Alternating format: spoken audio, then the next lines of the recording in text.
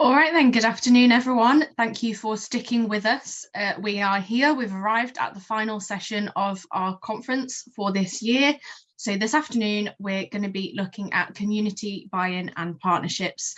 And you'll be pleased to hear that I've got someone else lined up to introduce this session. Charlotte Stannard is a project officer on one of our teams. So Charlotte, I'm going to leave it to you to bring us in here. Good afternoon. Can you hear me? Yeah. Good. Hello. My name is Charlotte Stannard, and I am the Cam and Ely Ooze, also known as Cameo Catchment Partnership Officer, employed by the Rivers Trust to coordinate the Cameo Catchment Partnership. For those who don't know, catchment or CABA partnerships are actively working in all 100 plus river catchments across England and cross-border with Wales. They are multi-sector partnerships working with government, local authorities, water companies, businesses and third sector organisations.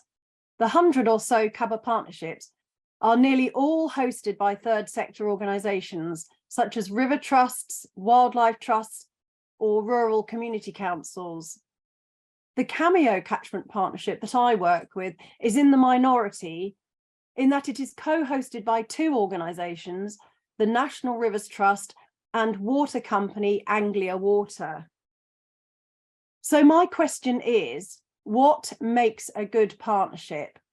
It would be great if you could post some examples in the chat of good partnerships, catchment-based partnerships or otherwise, that you are involved in, or of what you think are the necessary ingredients for an effective partnership. My thoughts on what makes a good partnership are: good governance is required, which means developing the right structures and processes to achieve the end goal. To be clear about the end goal and to develop a shared vision that articulates it. To keep the shared vision alive and inspiring. Is it really yours, but just a partnership in name? Try to develop leadership in the partnership at all levels. And you have to make a concerted effort to keep the relationships alive. And it's important not to be afraid if there are disagreements and to work through them. Why is partnership working important to the Rivers Trust?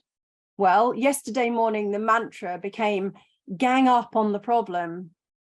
We can do something here that we can't do on our own. And in doing it, we utilise the strengths and expertise of all the partner agencies involved and make the best use of available resources. Although partnership working often makes sense, it isn't necessarily easy. There are different agendas, misunderstandings, often no clear boundaries between partners' responsibilities, a reluctance to share information and data, a lack of time available to commit to the partnership, and a lack of clear structure can all lead to tensions. For partnerships to work, partners need to understand what makes each other tick, what are their different agendas, and to figure out what is possible for each partner. Partnership done well can lead to changes in the way we work, avoidance of duplication, additional funding, bigger reputation, and reaching untapped communities of interest and place. So this afternoon, we have a great set of speakers, and it's nice to see the thoughts are coming in on the chat. Becca will be looking at those and picking up on them in a minute. But the speakers we have lined up for you this afternoon are all involved in partnerships, and they'll be telling you a bit about their work. First of all, there's our All Ireland team, led by All Ireland Director Mark Horton. Mark is also CEO of Ballinderry Rivers Trust in Northern Ireland and has been instrumental in the growth of the River Trust movement there. Next up after the break that we're planning this afternoon is Ella Foote, who is editor of Outdoor Swimmer magazine. Ella is an outdoor swimmer and journalist who has spent her entire life enjoying outdoor water. After Ella is Anna Forbes from Action for the River Kennet, also known as ARC. Anna leads river restoration and conservation projects in the Kennet catchment. She runs Action for the River Kennet, ARCS, citizen science projects, and manages river educational outreach and community engagement. Anna is an accredited Riverfly partnership trainer and tutor, and recently trained to be an extended Riverfly tutor. She oversees one of the country's most successful Riverfly hubs. Last but not least is Ian McLaughlin, who's a writer, environmental activist, and founding member of the Poets for the Planet. He has had more than 50 poems published in magazines and anthologies. In 2021, Ian co-organised, hosted and performed at Earth Song, an eco-poetry event consisting of 19 poets from 5 continents performing in 12 different languages. Earth Song ran at the Great Exhibition Road Festival in South Kensington and at COP26, the UN Climate Change Conference in Glasgow. So all those speakers look very exciting. And I'm going to hand back now to Becca, who's going to look at the chat and all of your valuable contributions. So thank you for that. And thank you, and lovely to meet you. And I hope you have a good afternoon. Yeah, brilliant. So I think people have picked up some really important aspects of partnership working in the chat. One that I think is particularly important is a recognition that in developing partnerships, yes, these things take time. They're all about relationships between people, and this does not always fit neatly into boxes that, particularly maybe as NGOs, where sometimes we feel like we have to fit into. You know, not every single thing can be accounted for, can be put into a timesheet, can be listed as a project deliverable, perhaps. So I think those are some really important aspects of partnership working. I'd also like to highlight the point that Luca made about challenging our own biases. So you might come into a situation thinking that there's only one way to achieve a goal, but you might find that another organization or another person that you're working with thinks completely differently. Who knows? And it's important to go into these things with an open mind. Recognizing that partnerships, though, particularly when done properly, do equal in being more than the sum of their parts.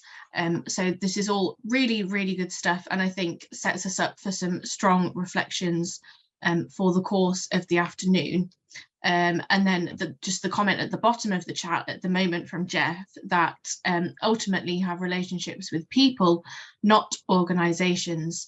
And so this is very dependent on individuals a lot of the time, but it's generally worth it. So some really good food for thought for the rest of the day, taking us to our close. As Charlotte hinted at, I'm going to now hand over to Mark Wharton and some other members of the Rivers Trust on the island of Ireland to take us through some of the amazing work that's been going on over there. So Mark, hopefully you are all ready to go. And yes. Yeah, take it away. Thank you very much. Thank you, Rebecca, for that, and Charlotte, thank you for the introduction. So yes, for the next 45 minutes, we're going to take a bit of a canter around the island of Ireland to see some of the work that the Rivers Trust is doing here on the island, but also what Rivers Trusts are delivering as well. So I'm going to give you a bit of an overview of the growth of the Rivers Trust movement over the last number of years, and then you'll hear from Constanza O'Toole, our Island Development Manager, and we'll hear then about how partnerships have helped Rivers Trust deliver their work in the Ballinderry Rivers Trust in Northern Ireland and in the Loch Carra Catchment Association in Ireland. So first of all, just a bit of a background as to what's going on here on the island of Ireland. And hopefully you can see the slides now. So the island of Ireland to us is one island of river bodies. We don't necessarily want to kind of divide the country up in terms of its political boundaries, its council boundaries. We want to see it in terms of its catchment boundaries. And what we know, of course, is that rivers know none of those boundaries. So we have rivers that flow from Northern Ireland into Ireland, Ireland into Northern Ireland. And as you can see, you don't actually have to have any of those physical, political or administrative borders on a map to be able to see the island of Ireland. We are literally defined by our rivers. And of course, the island of Ireland is a distinct region in its own right. We have far fewer species on the island of Ireland than on Great Britain or indeed on Europe. And our waterways and our environment have to be managed with that in mind. So, you know, we take our management of rivers as a whole island of Ireland very, very seriously. We are the fastest growing environmental movement on the island of Ireland, and as well, we're one of only a small number of NGOs that cover the entire island as one organisation.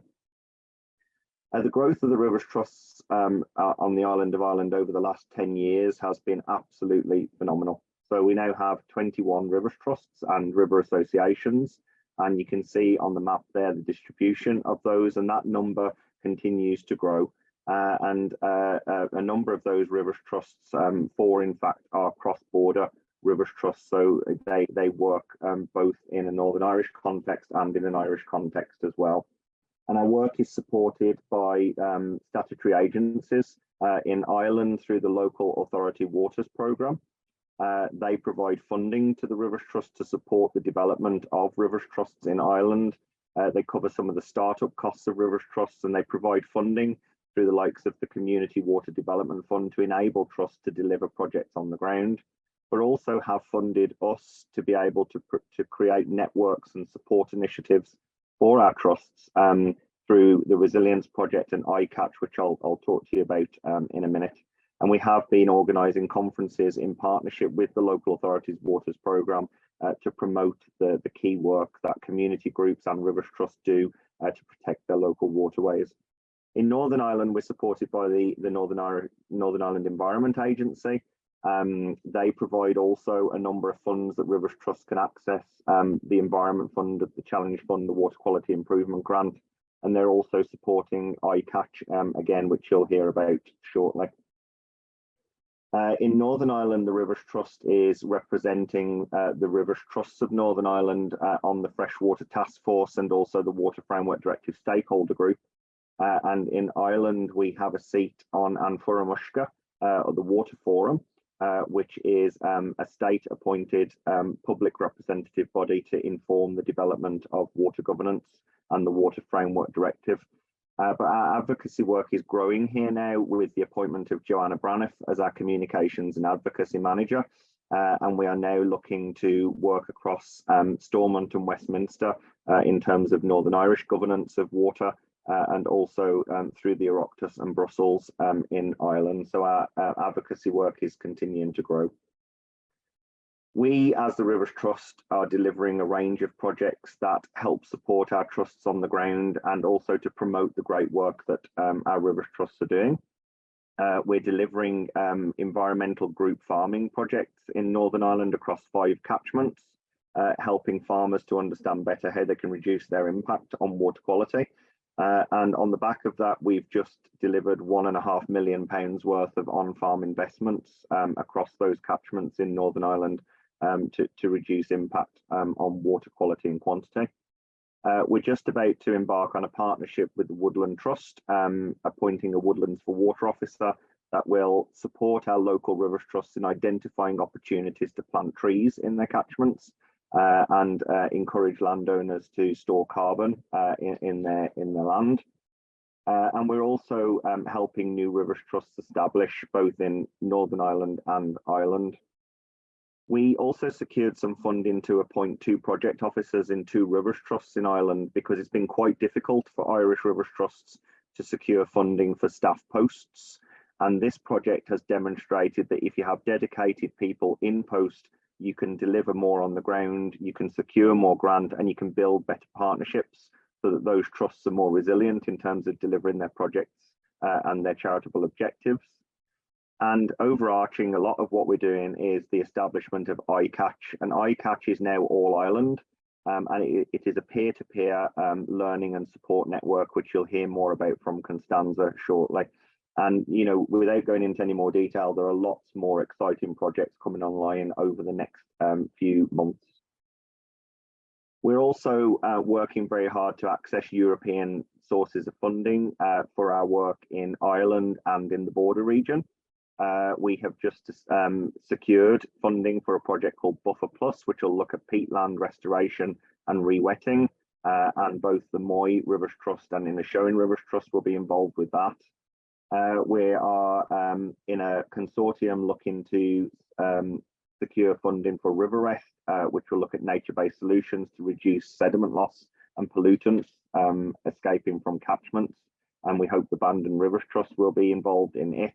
And then there are other projects such as ReWet, which is about looking at policy instruments and working with state agencies to improve policy instruments, in which we are developing bids, as well as the cross-border new Peace Plus programme, which will benefit both Northern Ireland and Ireland. And here again, we are looking to bring in the expertise of local Rivers Trust to deliver these large-scale strategic projects. So my slides seem to have frozen. Oh, there we go. Then, of course, to celebrate all the great work that's going on here on the island of Ireland, we are delivering networking events, conferences, and we've recently held a joint Law Pro and Rivers Trust conference in Dublin in November of last year. This is part of a series of Communities Caring for Waters conference. And more recently in March, we had our All Ireland Rivers Trust conference in Mullingar, where trusts were able to come together, share learning, knowledge and expertise, and create those key partnerships that help them deliver their essential work on the ground. So that essentially is an overview of the work on the island of Ireland. And now we are going to see a short film which takes you on a journey around the island of Ireland to see how the Rivers Trust network has grown and to hear from some of those Rivers Trusts who couldn't be with us at this conference today.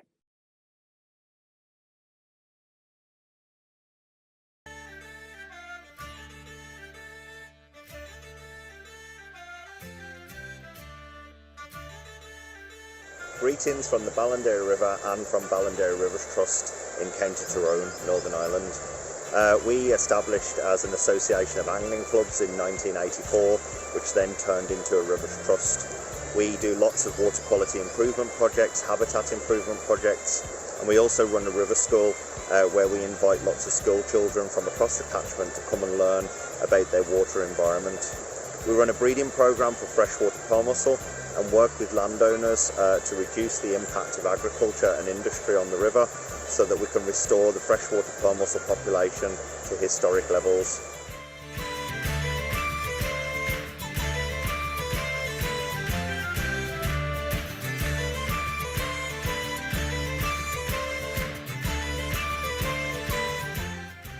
Hi, greetings from Kilkenny in the southeast of Ireland. My name is Mags Morrissey and I'm project leader with Nor River Catchment Trust, or more commonly known as Nor Vision. The River Nor rises in the Devil's Bit Mountains in North Tipperary. It travels through Laois and Kilkenny before joining with the sister river, the Barrow. The trust was set up in June of 2021. It has a voluntary board of directors, 10 in total, from a variety of disciplines and from all parts of the catchment. In 2022, with funding from Law Pro and from the Heritage Council, the trust was in a position to employ its first employee. Now we're working on the delivery of our 5-year strategy.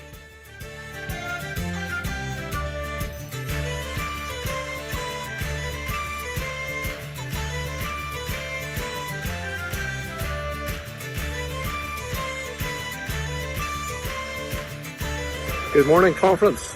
My name is Jim Gregg from the 6 Mile Water Trust, established back in roughly 2009 after a horrendous fish kill in 2008 to address the issues primarily of pollution on the 6 Mile water.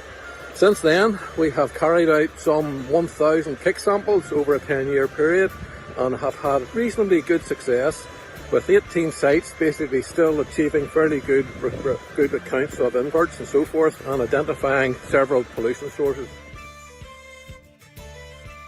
see, we have a beautiful river here, a lovely spring day, and it's just into the start of the annual trout fishing season, of which the 6 Mile Water is probably one of the best trout rivers in the whole of the UK, if not further afield, with every year record numbers of specimen trout being recorded. So I wish the conference well, and for all Rivers Trust I would say, keep up the good work. Thank you.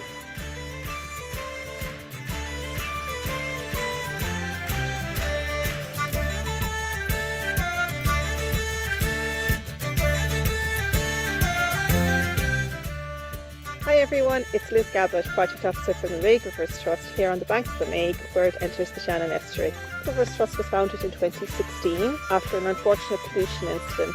We have 11 committed directors who represent different sectoral interests. They started work by addressing the knowledge deficits that were there about the catchment. I was employed in 2020 under the Pilot Resilience Project. Over the past 3 years we've developed projects on addressing invasive species.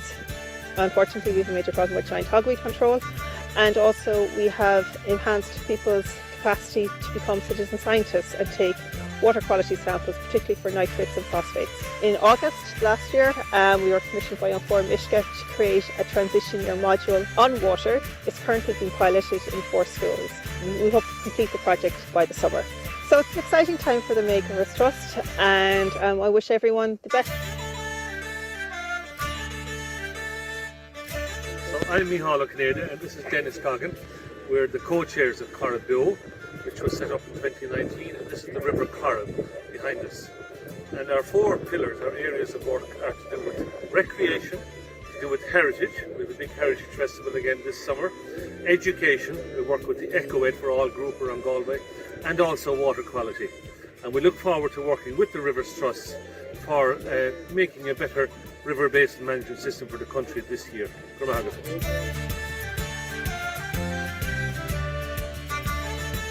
Hello from Donegal. The Inishowen Rivers Trust are a grassroots environmental charity dedicated to protecting the health and vigour of our river systems in the Inishowen Peninsula. Our patch covers an area of approximately 900 square kilometres between Lough Swilly and Lough Foyle in the north of Donegal. We occupy that unique space between agencies, landowners and community groups to deliver projects which have real-world impact on the health and vigour of these precious systems. Throughout the year, we deliver a number of practical volunteer events, as well as citizen science and upskilling initiatives to build capacity within our community.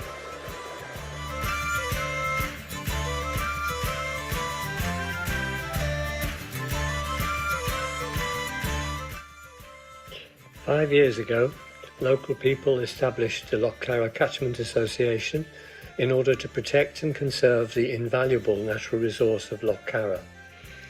Their efforts have resulted in a €5 million EU LIFE project, as well as a public awareness campaign and educational projects with local schools.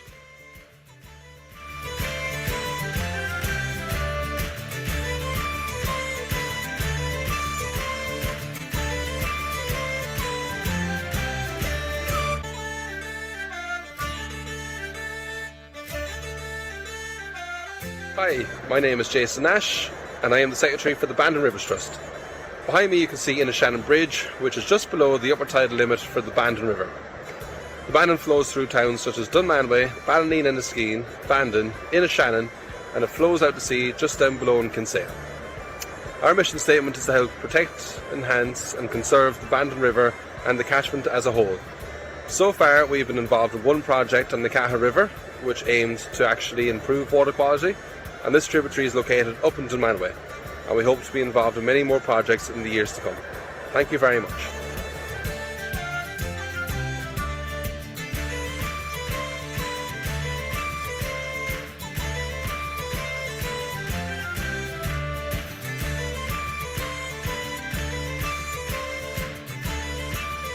Hi, Jack Rogers here from the Boyne Rivers Trust. We were set up in 2021 with 8 directors. We're all keen to engage with the community and have started a visioning consultation process on the future of the Boyne. We hope to start that very shortly and finish it later on in 2023. And once we finish it, then we hope to start developing projects on the back of that when we have a mandate from the community. We're also seeking to try and develop a results-based agri-environmental scheme within the Boyne catchment to try and help with the agricultural pollution problems that face the Boyne.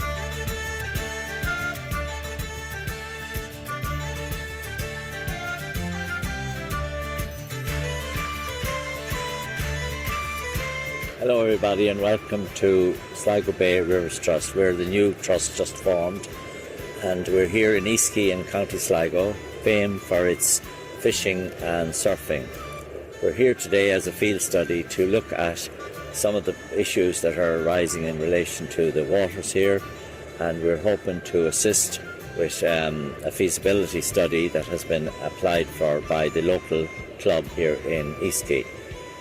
Our efforts will continue to help and highlight the issues for the people of Eastkey and particularly to protect the waters in Eastkey.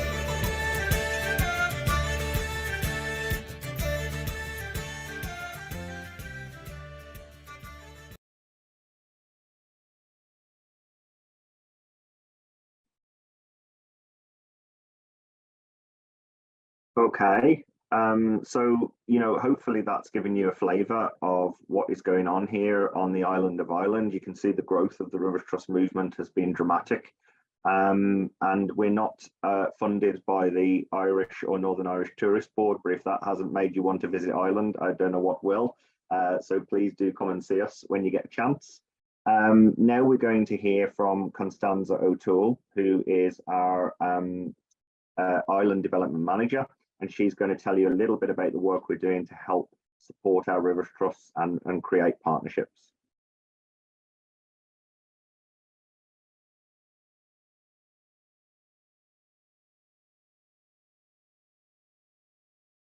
Hello everybody, my name is Constanza O'Toole and I'm the Island Development Manager at the Rivers Trust. I would like to speak about how we connect the community of Rivers Trust on the island of Ireland. And let's go to the very start. So how do we actually form a relationship with the new trust? So this happens from the very beginning. So very often we are centrally involved in the formation, helping the formation of a trust by helping to set up a Who's Who event.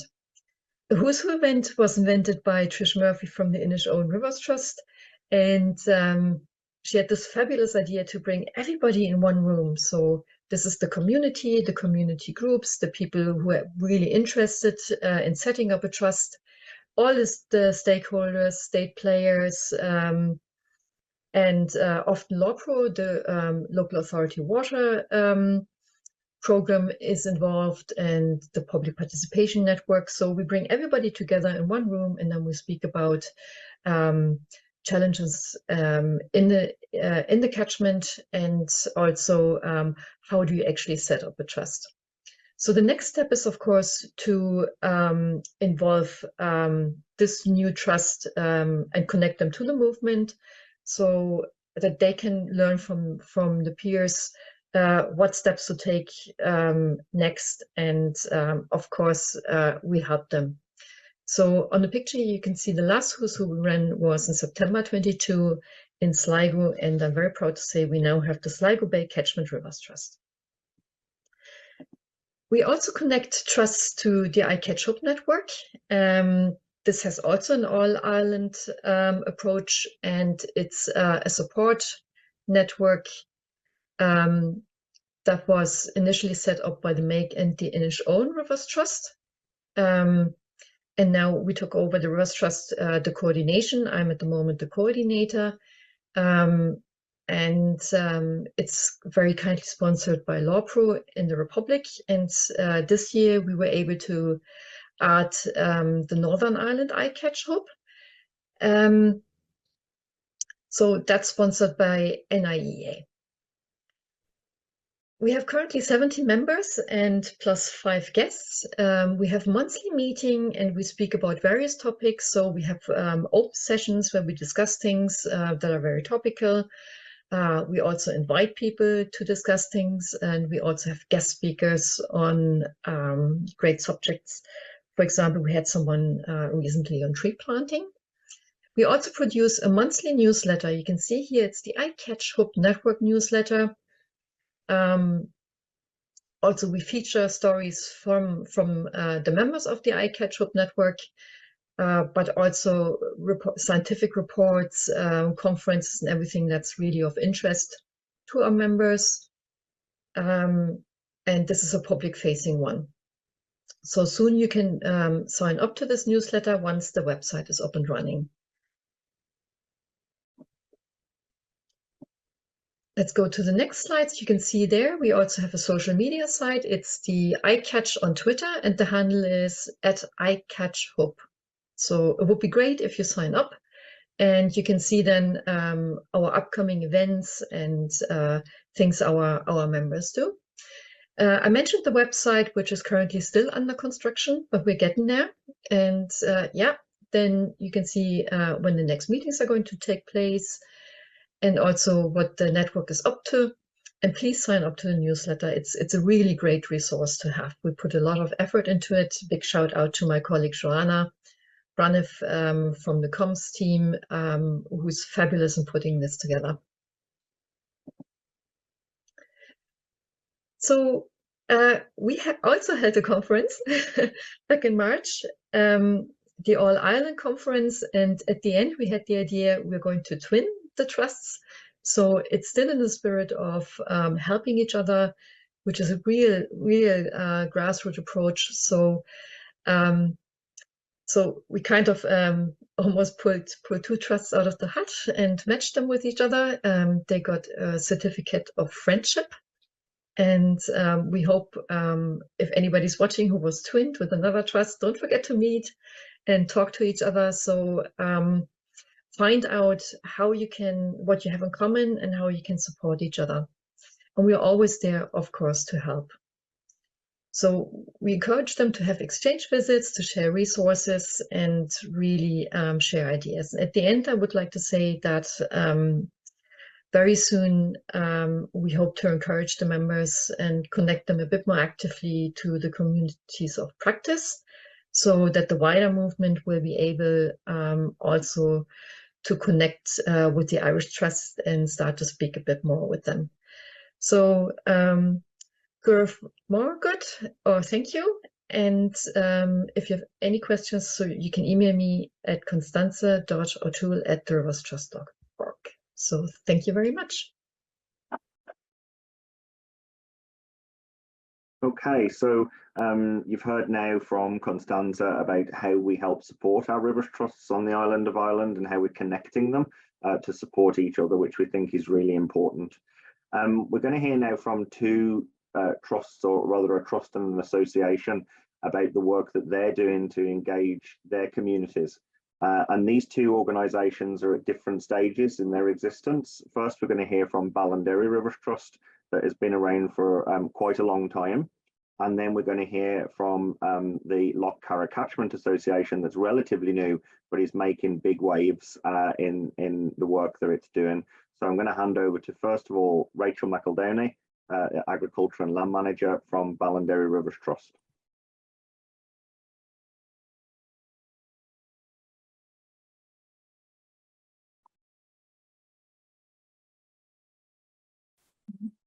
Thank you, Mark, and thank you for inviting us here today to speak about the importance of community and the success of catchment management and the day-to-day work of Rivers Trust.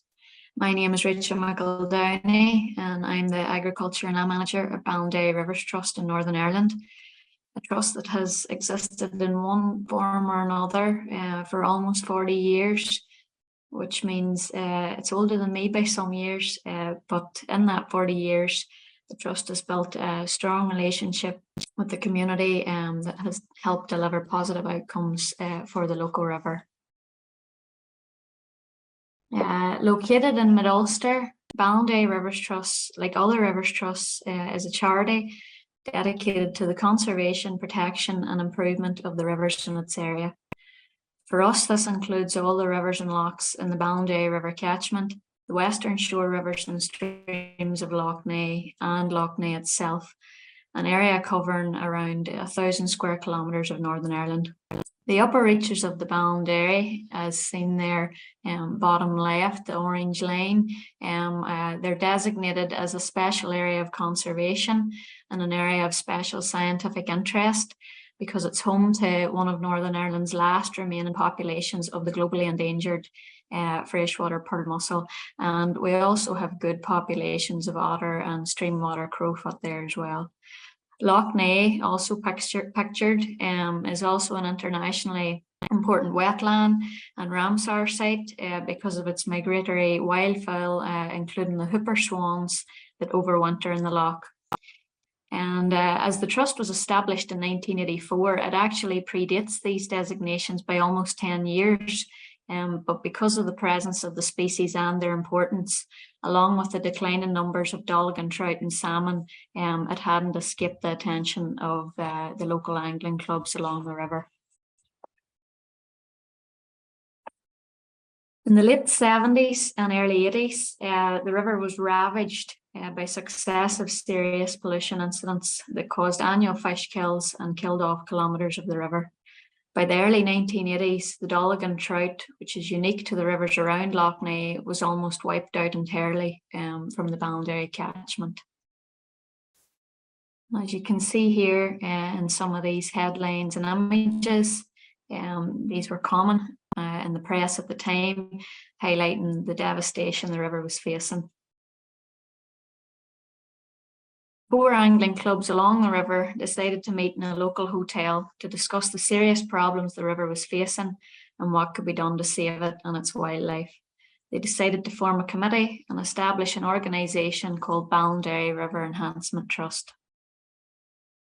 When they ran a raffle to raise funds to buy trout fry for the river, there were funds left over, so the committee opened a bank account and registered it as the Ballinderry River Enhancement Association to hold the money, which remained that name until it was later changed to Ballinderry Rivers Trust in 2011.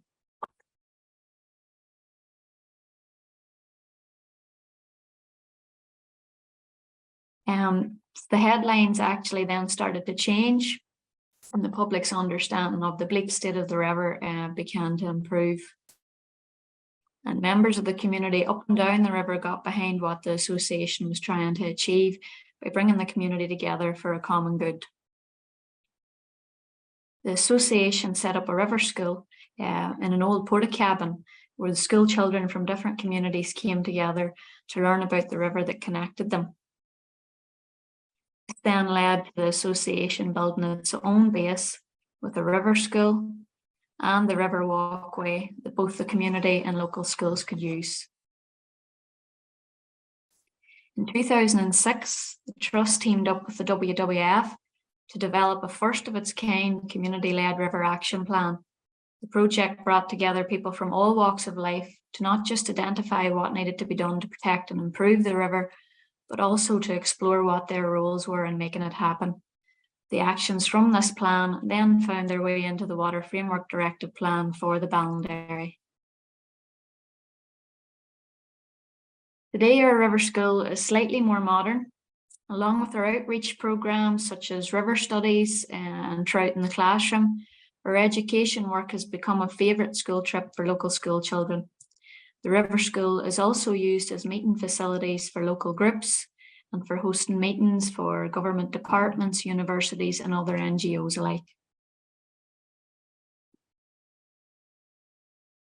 We also deliver non-regulatory, water-friendly farming advice and support to landowners across the catchment, which is starting to pay dividends in terms of improved water and habitat quality and a greater appreciation amongst landowners of the pressures arising from agriculture in particular. Because we've actually been around for so long, we've built a reputation with generations of farming families, as many of the landowners farming today have fond memories of visiting our river school in the 80s or 90s, and their children are now coming to our river school to learn about the importance of their local river. And we're now proud to say that we have changed the headlines from this, where the community can celebrate what they have achieved to protect their river. Finally, I just want to say that we believe that placing the community at the heart of everything we have done over the last 40 years has meant that the river is now at the heart of our community. The river united communities for a common purpose, and it continues to unite us in that common purpose today. As one volunteer once said, the Ballinderry is our Amazon, and that actually demonstrates the depth of community feeling for our river. If we have one piece of advice for other rivers trusts, it's this: value your community, the knowledge it holds, and energy it can unleash to fulfill a common purpose. In the words of Margaret Mead, never doubt that a small group of thoughtful, committed citizens can change the world. Indeed, it's the only thing that ever has. Thank you very much for your time today. Thank you, Rachel. That was fantastic. And now we're going to hear from Linda Huxley, who is with the Loch Carra Catchment Association, and she's going to explain to us now how important community engagement has been to their organisation to achieve the success they have in such a short period of time. So Linda, it's over to you. Thank you. Hello, and thank you very much. Can you just advise me how I share my screen with you? Oh yeah, share screen. I think I have it. Okay. You can see it at the bottom there. Yeah, that should be it there. That's you now. And is that working now? Yeah, and go into presentation mode. That's it. Perfect. Is that it? Great, yeah. Good. Sorry. Okay, sorry. I'm Linda Huxley. I'm the Secretary of the Loch Carra Catchment Association that was founded in early 2018 by local people. And it basically came about because Loch Carra, which is a very important marl lake, in fact it's one of Europe's leading marl lakes, was deteriorating in quality, and unfortunately the state agencies just didn't seem to be doing anything to try and reverse the decline. So just to place Loch Carra for you, we're in the County Mayo in the northwest of Ireland. And the lake is, you can see the arrow pointing to the lake. It's part of the Great Western Lakes and actually part of the Corrib system, but it's right at the top of the Corrib system, and it is an amazing lake. Had all sorts of designation: National Heritage Area, Special Area of Protection, Special Area of Conservation. But I'm afraid none of that designation was helping to protect the lake. And so the lake should have a white marl bed, but just because of increased nutrients going into the lake, we just saw a terrible decline in the lake. We have a lot of the marl crust is dying in certain areas. The lake bed is no longer white. There are just a few pockets where it is. So we needed to, we felt there was an urgency to do something before the decline goes beyond help. So the Loch Carra Catchment Association is now a registered charity and a company limited by guarantee. Our goal there to restore, protect and conserve the ecological integrity of Loch Carra and its lakeshore habitats, and to ensure the quality of drinking water from the loch. We've kind of used the drinking water thing as a way of really bringing in the general public and just to catch their attention, because surprisingly a lot of people living in the area don't know the importance of the lake, and although they would see the decline in the lake, they didn't really understand why. So we have 9 directors, and we're really fortunate because several of the directors are actually specialists on Loch Carra. We have Dr. Philip Doddy, who's did his PhD on the marl crust. We've Killian Roden, who's an island specialist on the marl, which is a special feature of Loch Carra. My husband and myself, we've been studying Loch Carra for over 20 years and so on. So there are other people as well. So with all that breadth of knowledge, we're able to spread information about the lake. So in order to inform people, we have public meetings. Before COVID, we had meetings every month, open to everybody, and we rotate them in the community so that we're not focusing on one particular location. In COVID, rather than try and have online meetings, which people seem to be a bit fed up of, we just did an email newsletter. And post-COVID, we're now doing bi-monthly meetings, and I'll explain why in a moment. So, as I said, the meetings are open to everyone, and we've a very effective chair. So we ensure that the meeting doesn't last for much more than an hour, and then it's followed by the tea. And the tea and biscuits are a very important part of the whole thing, really, because I think that's where the work gets done. And we have relevant talks, and we've a growing mailing list. We have a mailing list of over 180, and at a meeting, we would normally have 30 or 40 people, and it's not always the same people. It does change an awful lot. We've an education subcommittee who are doing programs on raising awareness with the public and with schools, and we produce booklets.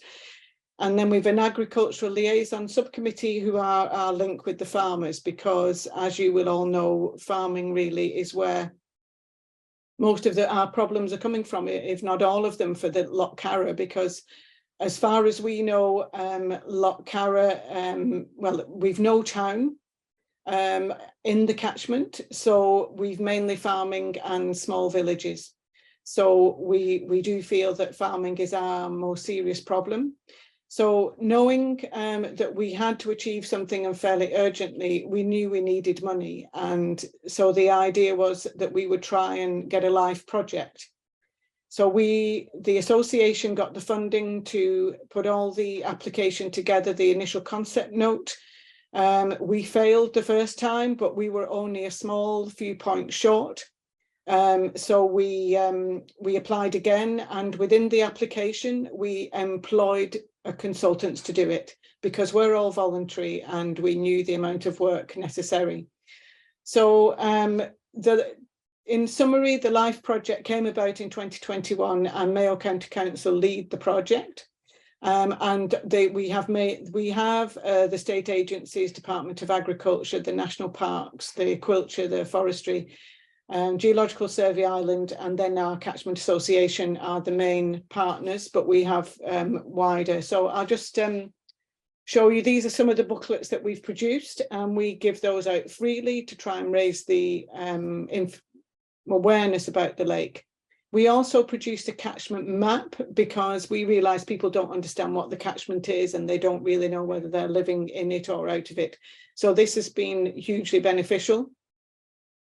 We attend community events just to get ourselves out there, and we had a big launch along with a community project that was with the TCD, which was qualities of water, and that was an initiative to look at how the community thought about the quality of water. We also bring kids to the shore, and we give them a hands-on experience of pond dipping. Not just, we're not just showing them, we're actually letting them get in the water and get their own samples. So we do several schools every year from within and even beyond the catchment. We do welcome volunteer input. We did try to take part in the Citizen Science Water Quality Project, but in fact it backfired on us, because Lough Carra is such a sensitive environment that the level of phosphates and nitrates that it was showing was just too high for Lough Carra. So everyone was thinking, oh, everything's okay, but so it wasn't giving us the true picture. So we've had to unfortunately abandon that one. But we've had volunteer design the logo for the LIFE project.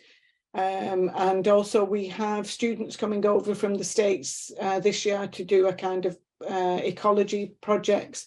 We also team in with the local college as well. Excuse me. So we really are trying to make sure that people link in with the project, that they're linking with Lough Carra. The one challenge we have at the moment is that we have the LIFE project, and we have the Lough Carra Catchment Association, and because the association was instrumental in setting up the LIFE project. They think we are the LIFE project. So we're trying to let people know that the LIFE project now has its own team of people. The LIFE project office and the association were based in the community in Belcarra. So we envisage doing things that the LIFE project can't do to help improve the water quality. And one of those hopefully will be around biodigesters. So there's a website, and if you'd like to contact me, my email's there. So thank you very much. Thank you, Linda. That was fantastic. Great overview, and so much achieved in such a relatively short period of time. So that brings to a close the presentations from the island of Ireland. So from all of us here, Guramayaga, thank you for your attention. And if I can ask everyone who's in the background to come back in, Rebecca is going to pose some questions to us from the audience. Thank you. Yeah, absolutely. Thank you all. I personally never tire of hearing about what's going on the island of Ireland. So I'm sure everyone else will be equally fascinated to have heard that. I'm going to allow a minute or two for some audience questions to come in. But first, I've got a question that I'm going to probably pose to each of you individually, which is, what would be for you, from each of your own perspectives, the number one way to foster stronger links between the Rivers Trust movement on Ireland and in England, Scotland, Wales? I'll start with you, Mark. Thank you. Well, I mean, communication is key, isn't it? So we have, as you've heard, established this iCatch newsletter, which really has played a central role in bringing together all the great news, all the successes, and indeed all the challenges that the Rivers Trusts on the island of Ireland face. And if that is shared widely, as well with our cousins in England, Scotland and Wales, then more people will be aware of what's happening here, what the opportunities are, because there are always opportunities to partner on projects. We're very keen to share knowledge and expertise, both learn from people in Britain, but also for people to learn from us as well, and what we are doing here. And just to kind of strengthen those relationships, and remember that we are one movement, you know, whether we're in Ireland, Northern Ireland, England, Scotland, Wales, we are one movement. We're all pushing in the same direction, and you know, working together makes us stronger. Absolutely. And is it a web link that people could use if they wanted to sign up to the iCatch newsletter? I'll hand over to Constanza, and she can there will be in the very near future. So at the moment, the best is to get onto myself, and I can send the letter out, but we are currently building the iCatch website, and then there will be facility to sign up to the newsletter. The nice thing is we also include really updates from our members. So these are mostly Rivers Trust, but also other catchment associations. But I can just, to answer your earlier question, support what just Mark said. So I think it would be nice to have the link to the movement, the wider movement, and I hope there will be a bigger uptake with the Irish Trust soon to use the communities of practice, and then we can always start to speak to each other a bit more. I mentioned in my presentation that we start to do the twinning with the trust, so maybe in the future we could do that with the trust in the UK and Ireland, and that would be really nice. There are differences, but there are more similarities. Absolutely, that sounds like a good idea, and again, something that you and I, with the rest of the team, can initiate.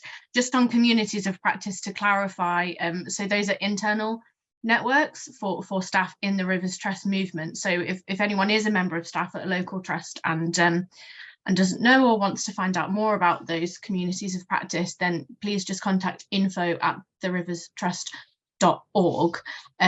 So I'll pass that question on to Linda now, about how would you like to see stronger links forged across the movement? Well, I was taken by Jeff's comment in the webinar chat about what's in it for me, which I think is quite an interesting way of putting it. But one challenge, because we're all volunteers, is is just finding the time to absorb everything. And I find that my links with the Rivers Trust have been quite good, because I've expressed some of those frustrations, you know, that I just don't have the time to read all the Twitter. I just don't.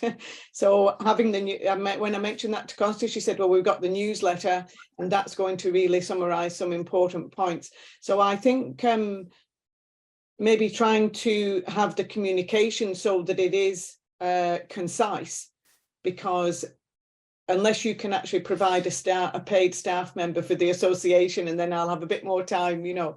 I think time is the most challenging thing, you know, and I think linking with the Rivers Trust has brought us a lot of advantages. The iCatch newsletter and the insurance, you know, that's been also a great bonus.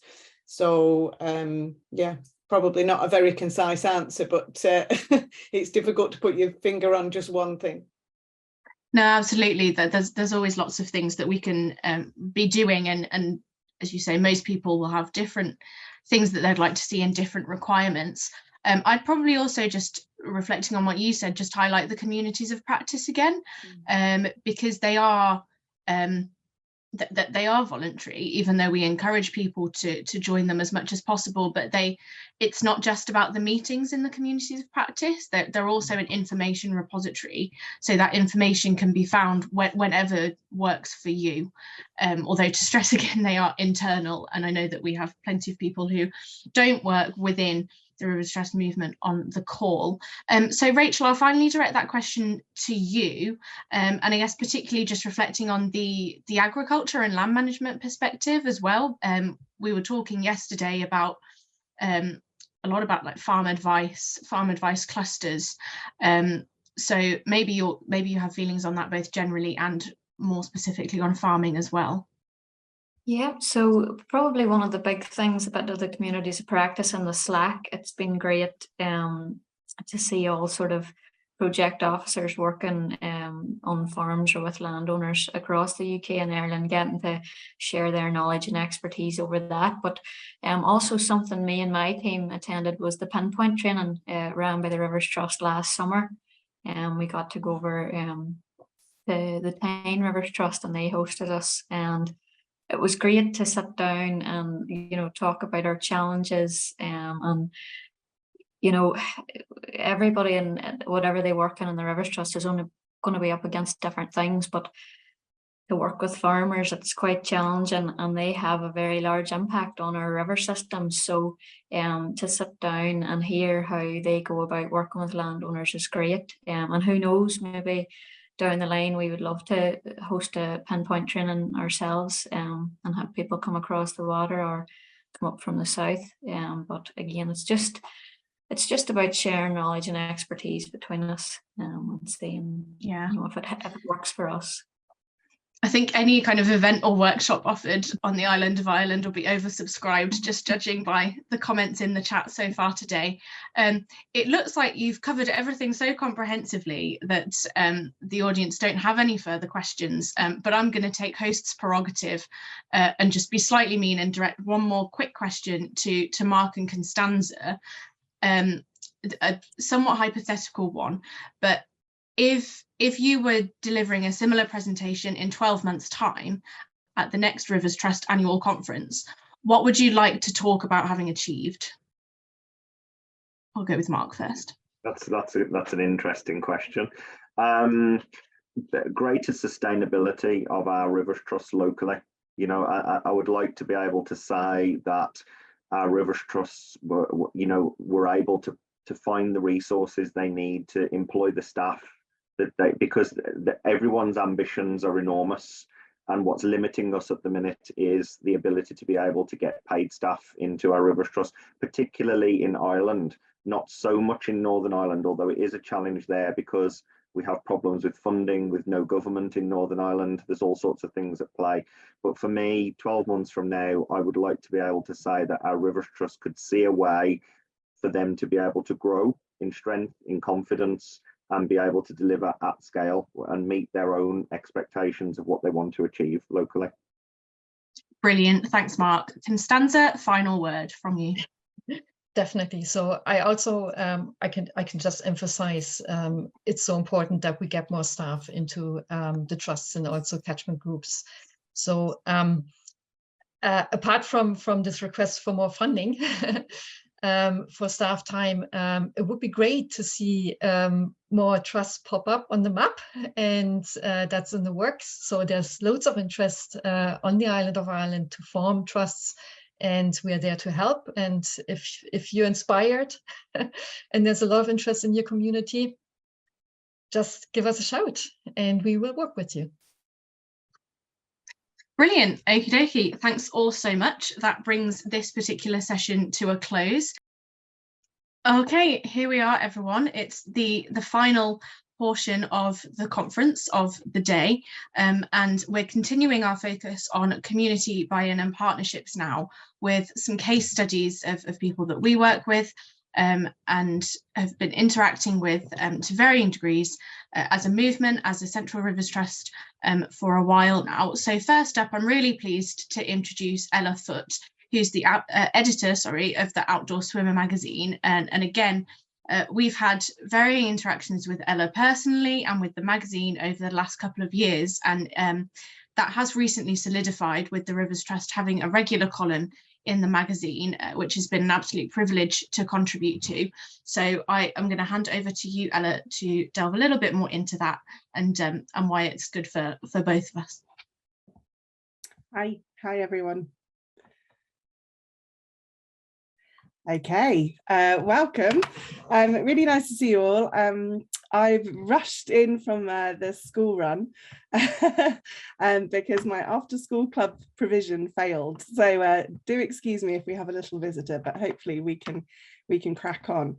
Right, so I just need to get, Rebecca, you might need to help me here, which button to press to get my presentation going. Oh, sure. Have you got the little green button saying share screen at the bottom? Yes. No problem. Okay. I wasn't sure if you had it already there, so that's fine. Okay.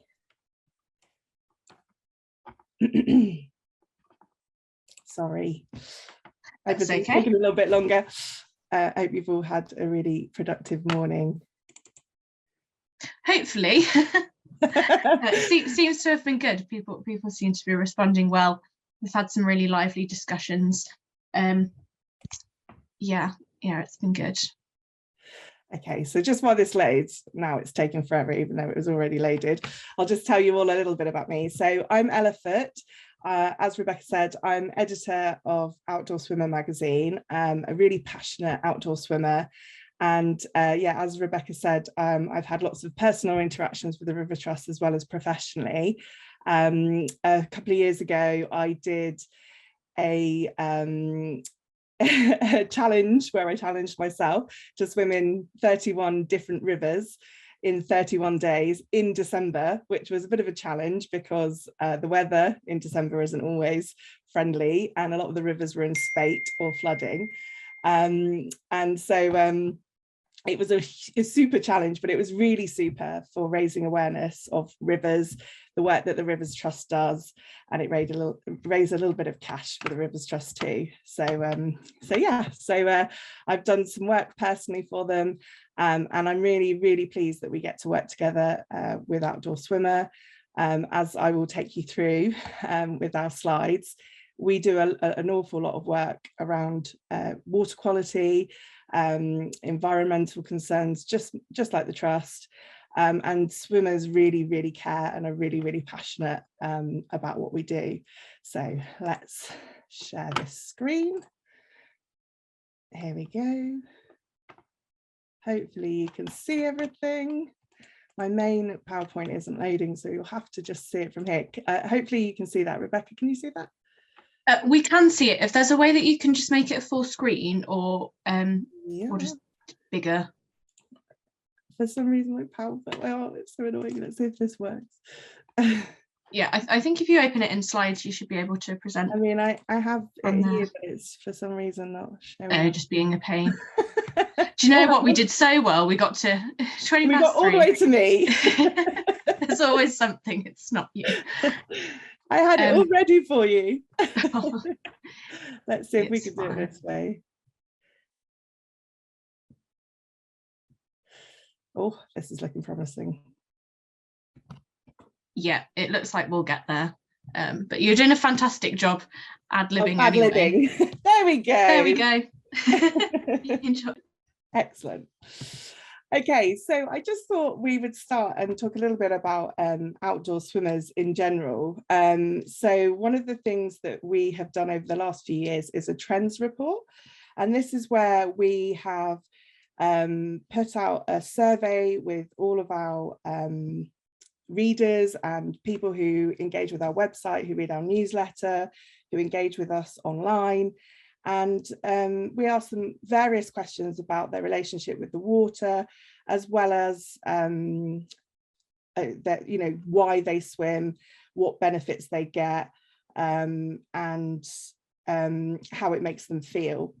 And one of the things that came through really, really strongly is how much pollution and water quality, particularly in our freshwater, although it does also translate to the coast as well, how much pollution and sewage can prevent swimmers from enjoying the water, but also is one of their biggest concerns. Just bear with me one moment.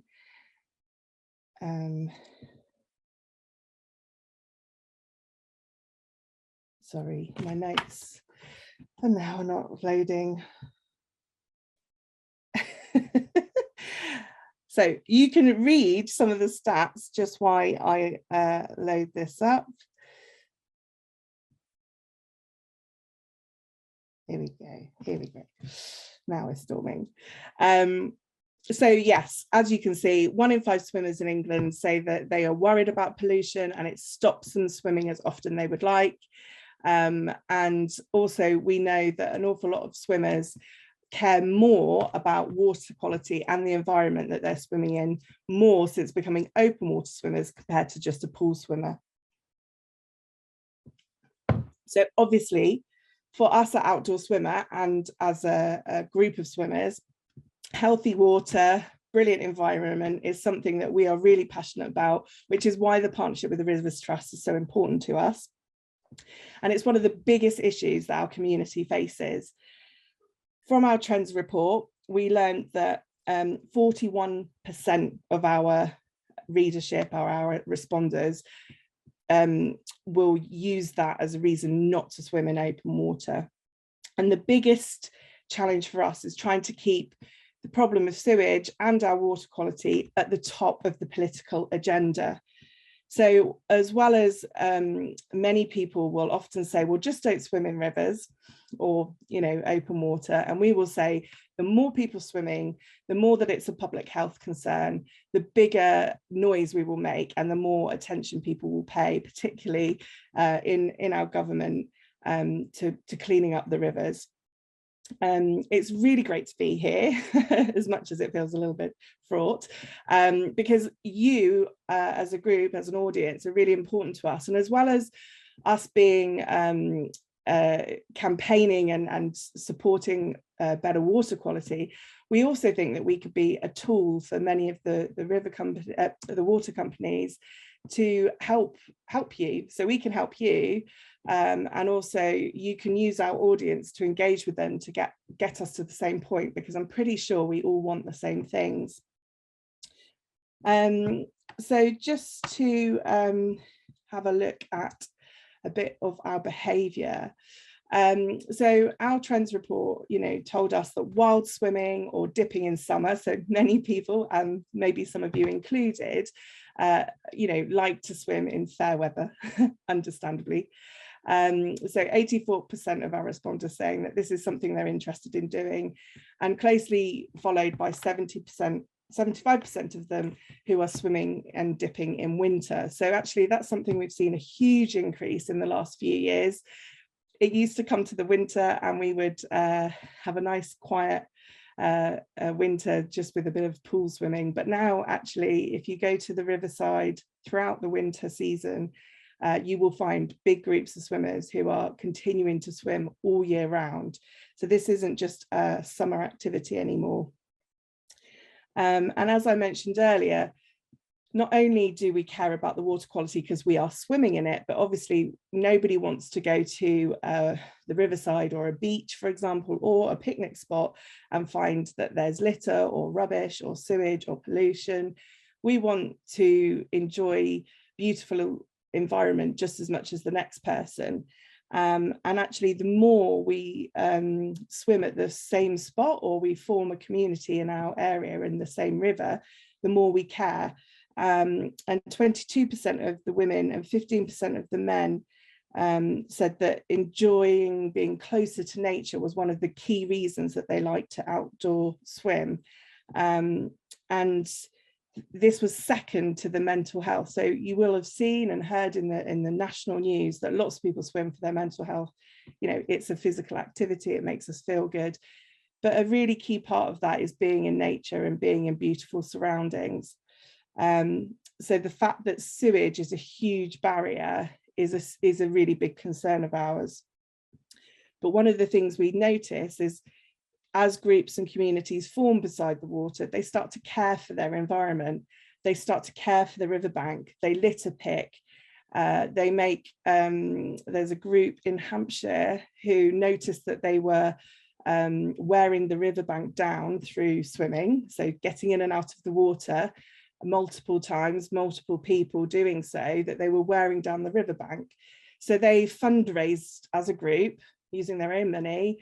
They worked with the landowner and they rebuilt the riverbank, fenced it off and put in some steps to enable them to continue to swim, but also protect their riverbank for the wildlife and others who are enjoying that space.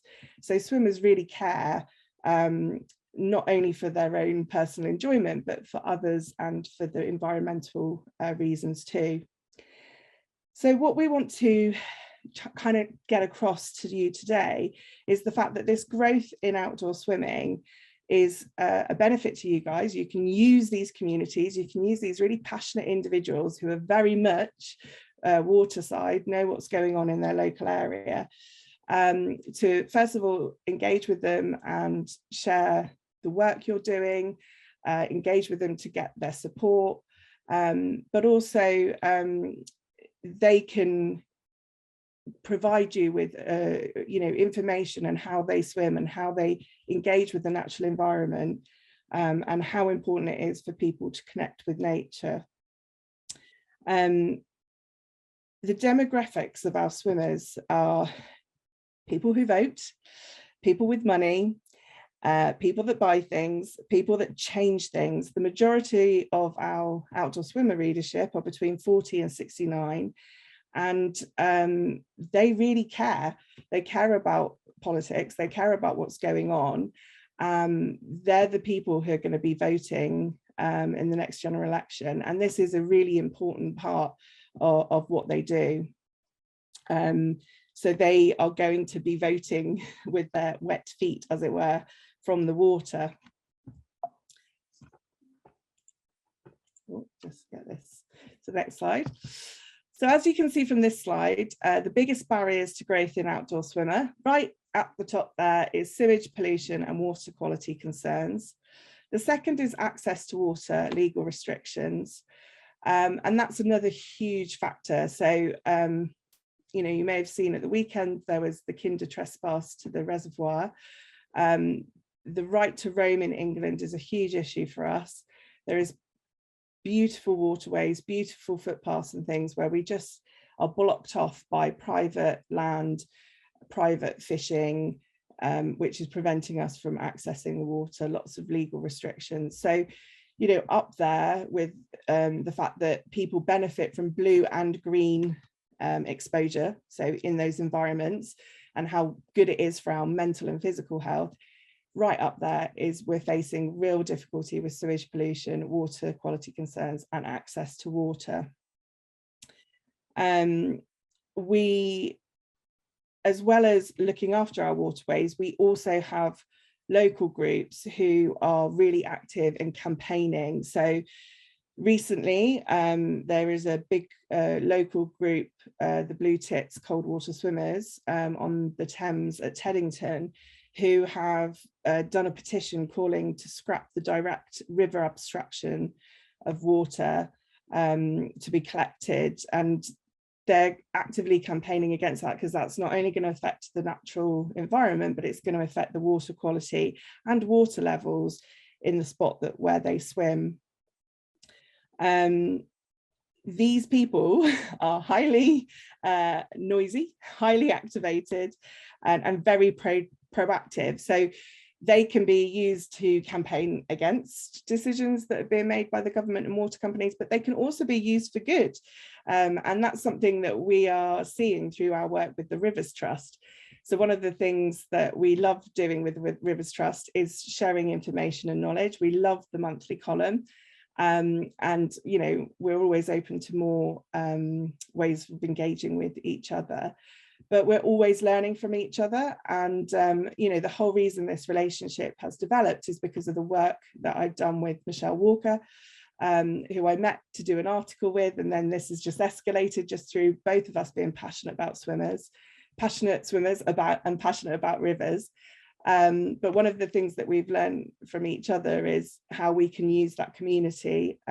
Michelle was telling me recently how, you know, when there's job vacancies now going at the Rivers Trust, often there are swimmers that are applying and, you know, want to work in this industry. And, you know, Michelle's behind the sewage map, which has been absolutely amazing tool for us as swimmers. We're really happy to be working with the Rivers Trust. So yeah, swimmers care, which I'm hopefully you're getting from what I'm saying, but also from what you're seeing on the screen, is the fact that Outdoor Swimmer, the magazine, and all the outputs that we do across digital and social, we could be part of the answer to cleaning up the waterway, so we can support and help you as individuals, as organisations. We can also communicate stories and messages, but also rally up community support, get engagement. And we are also part of conversations in Parliament as you know, as we speak. We're part of a group who Swim England facilitate for us, where we actively can get into government and have conversations. And at the last time I attended, I very much said that, you know, 3 barriers for swimming outdoors. One is people learning to swim, but second is the sewage and water quality, but also access. We love working with our Rivers Trust, and I've just got a little, this is our environment page spread that is in every issue of the magazine, and as you can see, this is our Rivers Trust column down the side. We have this every month, but next, sorry, I'm always a step ahead. In our July issue, we're going to have a whole magazine dedicated to rivers. So we will be talking about the state of the rivers, how swimmers are campaigning and doing a massive job to improve river access and sewage and pollution, but also the joy and absolute pleasure that rivers bring to hundreds of people across our country. And as well as in print, this is our panel. So there's Michelle next to Simon, between Sean and me on at the National Outdoor Expo in Birmingham in March, where we were able to talk to a huge audience, although many of them blue tits, although they're a very lively, noisy bunch, about how important it is to work together to improve environments and river quality. So we're really, really excited to do events like this together, as well as being an amazing source of information for us. They're a really positive and passionate group of people to work and swim with, and that's something that I really enjoy doing too. As well as the magazine and working at events, we have our Outdoor Swimmer Henley Swim Festival that runs every July, and it's important for us to have such a proactive partner like the Rivers Trust, who gives value to our community and what we desire, as well as having an aligned agenda for what we all want, which is beautiful, clean, lively, environmental rivers. We often get asked as experts where it's best to swim. So where is it safe to swim? Is the water clean? Is it legal to swim? How can I help with the sewage crisis? How can I influence my MP? People want to get involved, and being able to do the swim festival together like this enables a massive group of swimmers to be able to talk directly with the Rivers Trust, and also engage in some fun. This year on the 9th of July, there'll be fun activities and displays for kids and big kids, which is a wonderful opportunity, because obviously we're going to be right on the River Thames, with people swimming all day up and down that river. We have an open Lido free section of the river where if you've never swum in a river, you can give it a go. And all of this is about engagement, awareness, and making people think about how they not only enjoy the river, but also how they can improve and make things better for their local river. It goes without saying that nothing brings you closer to the water quality and enjoyment of swimming of rivers than swimming in them. There's a writer called Roger Deacon, who you might have heard of, who coined the phrase the frog's eye view. And you can see absolutely everything when you're in the river. You can see what's on the river, the bottom of the river, and you can see what's on the riverbank, and that can be beautiful, roots growing, beautiful plant life, wildlife, birds, kingfishers, or it can be horrific and frightening, and you can see what poor infrastructure of our sewage systems is directly doing to our rivers. So we all want the same thing as a community, and not only are our swimming community sort of our everyday people who are going out every day, but these are really big influential people, as well as celebrities. We've got Gary Barlow up there, passionate Thames swimmer up in his bit of the Thames near Lechlade. We have, we know because some of them subscribe, but MPs love to outdoor swim. We have people in government, we have celebrities, we have influential broadcasters, journalists. We have people who love to swim, and luckily for us, they're making a bigger noise, they're tweeting, they're caring about this bigger and bigger. So we have direct access to this community, and so you can use us to help you, and it's a small community. We are small fish in a very big pond, but we are really powerful as a unit, and we can make changes, as well as doing stuff ourselves. We can influence. So you must use us. We are business leaders, civil servants, politicians, and everyday people. One of the things that we would love to do more is work with water companies directly, and we would like to understand, because often there's always two sides to every story. We see the headlines, we see what's going on, but there could be some real interesting stories behind those issues that we could bring to light. We could also talk more about some of the things that we can do. When I spoke to Michelle, we were talking about lots of really obvious things to some people, but not to others, about how we dispose of things in our homes, checking our plumbing, making sure your dishwasher and your washing machine is plumbed in correctly, things that we can all do as individuals. We can communicate those messages, but there might be other things that you guys, everybody on this call, might want to communicate, and we have an audience who are really engaged with these issues, so use us.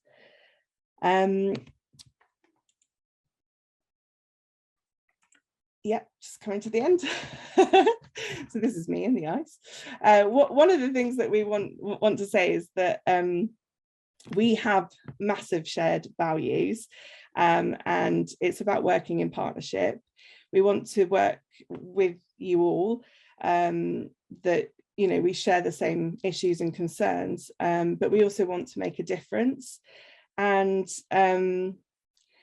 we see what we do as fun, which is why we have this picture of me. And we're not to be underestimated. I think when we see groups of people on the riverbanks getting ready to swim, and if you're not a swimmer you think they're mad, and they've got their tow floats and their giant fluffy robes, we might not be taken too seriously, but we're such a mass group who really do care. We're not to be underestimated, so absolutely need to use us to the best of your business and what you're hoping to achieve. One thing that we all need to be aware of is the growing need to ensure that we have access to green and blue spaces for the general population's health and well-being. It's been demonstrated time and time again how important those things are and what a huge difference they can make. And the NHS is obviously struggling, and we're an aging population, but the benefits to outdoor swimming have been reported over and over again. So if we can clean up our waterways, if we can improve access, we could also be helping a wider issue about our mental and physical health. Sorry, that seemed to go very, very quickly. I hope it wasn't too mumbly and fumbly, but I don't know if there's time to do any questions, but I'm happy to answer any, or if there's anything I didn't cover.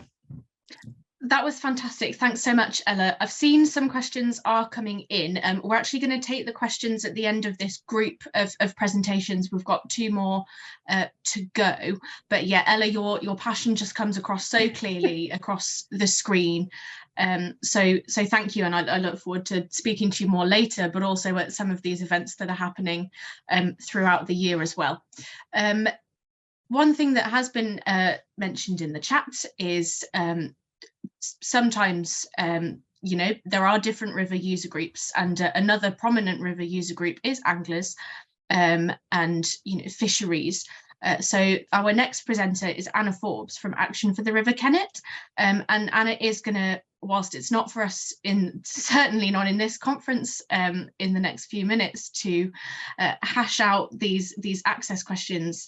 Anna does have some really good examples of Rivers Trusts working with fisheries for great good overall. So I will hand over to Anna. Thanks very much, Becca. I'm just seeing if it will go to full screen.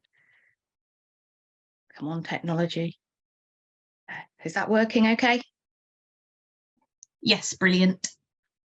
Okay, thank you. So yeah, my name's Anna and I work for Action for the River Kennet, and we are the Rivers Trust for the Kennet and the Pang catchment.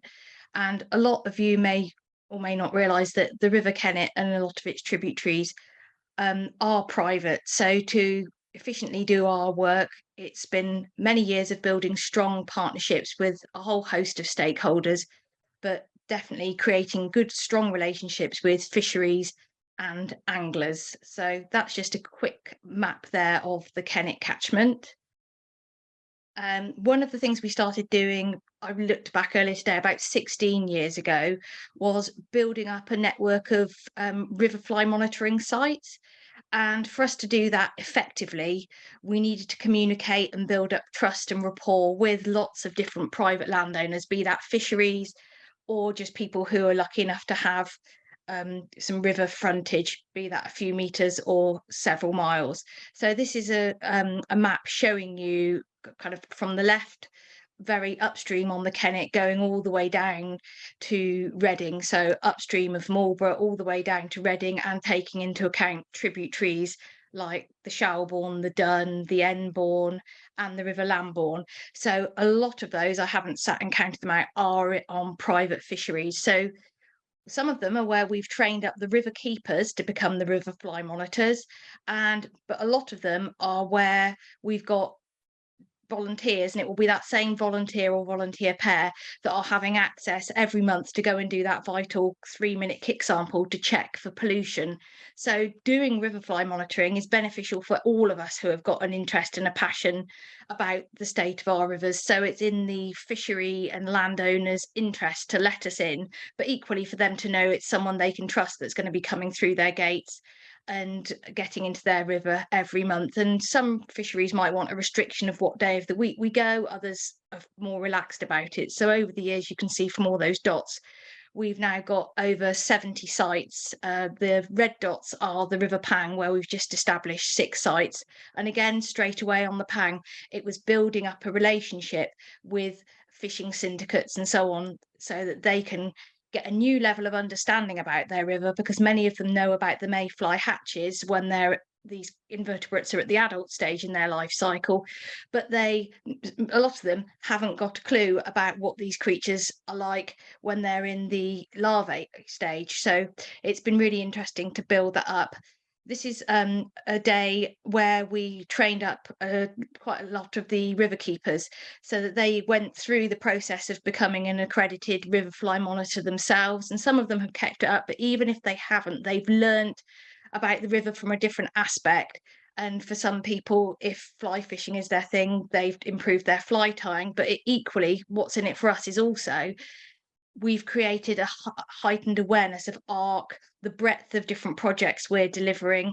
And so it's gained us respect and getting to know not only the keepers, the land agents, the landowners, and so on. So all this communication between us all is benefiting to all of us, because again, we've all got that vested interest into wanting a healthy river. So this is an example of a very wet river fly monitoring training day at Avington Estate on the River Kennet. So this was a mixture of rods and keepers, and some of the rods came along and they paid for being trained up because they weren't going to become river fly monitors, but they wanted to have the interest and the knowledge from attending a day. And a lot of the fisheries now pay corporate membership to ARC, which is beneficial to us to give us more funding to do more work. And the fishery rods also pay individual membership. Most of them do along the whole of the Kennet now. And so they are receiving our newsletters and our annual reports, so really aware of all the breadth of work we're doing. So making them understand that we are the go-to organisation in the area with regard to all things river. Often we're working, you might have one river keeper managing several miles of river, and so they can be beneficial to us, we can be beneficial to them. So this is Craven Fishery, where a few years ago we helped the river keeper there re-establish stream water Crowfoot, which is now thriving on his stretch of the river. So his fly life is increasing and his water quality is better, and he could have, for him, planting hundreds and hundreds of crowns over a day would have been a really arduous task. We get volunteers who get a great deal of pleasure knowing they are immediately helping their local river, and they're actually getting access to somewhere they wouldn't usually get to visit, and they get to then see the benefits of a stretch of river that actually has very little disturbance, and they see how well the river is being preserved and how well the wildlife is thriving. Equally, then Josh, a few months later, helped us by operating a digger at another stretch of river for us to do some river restoration, so he gave up his day free for us, and the same as we'd gone and helped with volunteers for him. So collectively, we're improving stretches of the Kennet, the Pang, and so on in a quicker way by working together.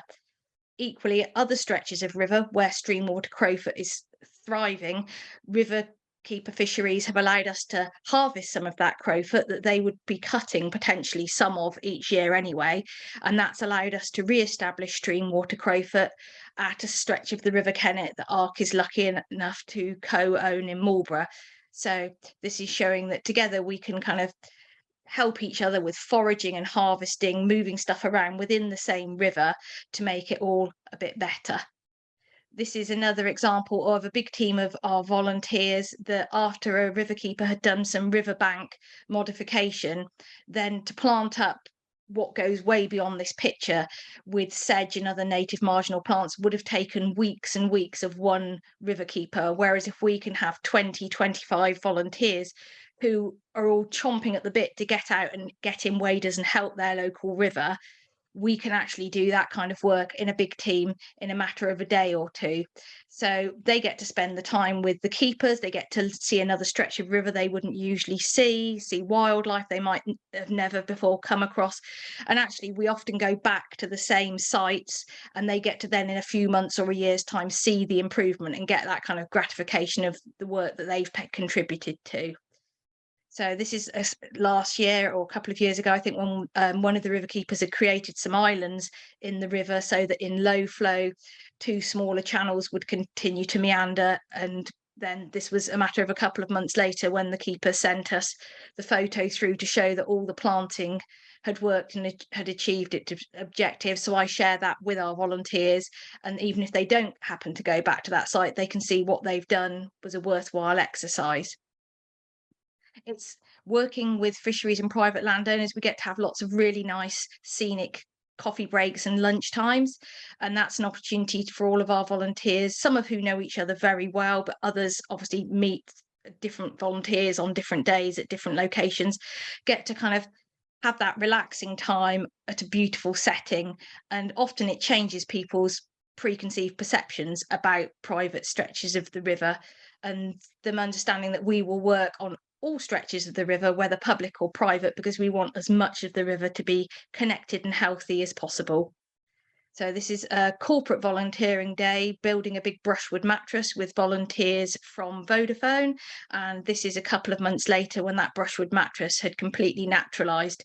And again, with our corporate volunteers, we will send the photo a few months later to kind of show them that this is what's happened since your day with us. We work to educate the public and get them involved with citizen science as well as river fly monitoring with what we call red spotting, so brown trout nest surveying. And again, that involves liaising with the river keepers or their bosses to have access for specific volunteers to go back on a fortnightly basis through the trout spawning season. So our training days are normally run at a private fishery, because it's whichever one where the spawning starts the soonest is which we use to take people to walk the riverbanks. And in this picture, the person waving their hand around is Sam from Chiltern Estate, and he's showing people where the brown trout nests are and explaining to them about how to spot them. And equally, we invite people along to those days that even if they don't want to become a red spotter for us, it's helping local people understand a bit more about the wildlife on their river, to know what spawning is, and then know that over the winter months, everyone, if they're exiting or entering the water, they need to be careful that they're not actually trashing brown trout nests, particularly in clean gravel of chalk streams. So it's a kind of educational day, even if someone isn't going to take up the mantle of volunteering about it. And again, we couldn't do the river or the red spotting without the cooperation with the different landowners along the Kennet. Although principally these are private areas, each year we try and run at least one, or if not a couple of events where people who pay to be ARC members and our volunteers get to have access for a day to a stretch of river they wouldn't usually be able to get to. And these have worked really well. It's been it's really lucky most years with the weather, and it gives people a chance just to walk along stretches of river that normally they might have only seen from behind a fence line or might not have ever seen at all. So these are really well attended events where arrows are put out, people have a route, they start anytime they want between a certain set of hours and get to wander at their leisure and kind of have a look at what often river work we might have contributed to, talk to the keepers and just have a really nice time by a river. At those events, it's also a chance for us to speak with lots of people, because people might come along and join ARC at that walk, and then we can tell them lots more about what we do and the different things we're trying to achieve and the different roles that individuals can play to contributing towards a healthier river. this is an example of, after this estate kindly hosting one of those walks, the owner asked what could be done to improve their river, and seeing that hard engineered bank there, I sort of said that would be a really quick win. And the advantage here was we didn't have to apply for funding because the owner paid for us to do the work with his river keepers. So these slides just kind of show you the transformation. And so the win there is it's another bit of connected, healthy river corridor. It's better for the fishery because with all that marginal vegetation, that's going to be cover for spawning fish. It's going to host lots of terrestrial invertebrates that will fall in and be fish food. It will be ground nesting bird area. There are water voles living at this stretch, so it's connected another bit of corridor for the water voles. And for fly life like mayfly and caddis, when they hatch, they've got somewhere to dry their wings on. And also it looks much nicer. So that was kind of just through one conversation. Another few meters of riverbank have been improved and the flow has been improved, which is better for all the gravels and therefore the invertebrates living there too. So I think being open to conversations and lots of communication is key. We also have got mink rafts at various fisheries, and those again are checked by our volunteers. And we have a WhatsApp group between all of the river keepers and ARC, so that if mink are spotted, that communication is very quick between us all. And the same is if there's a potential pollution incident, it's all of us communicating so that we all are aware of what's going on and can try and follow up with things efficiently. And as always with all these things, sharing knowledge about the best way or a good contact up and down the catchment.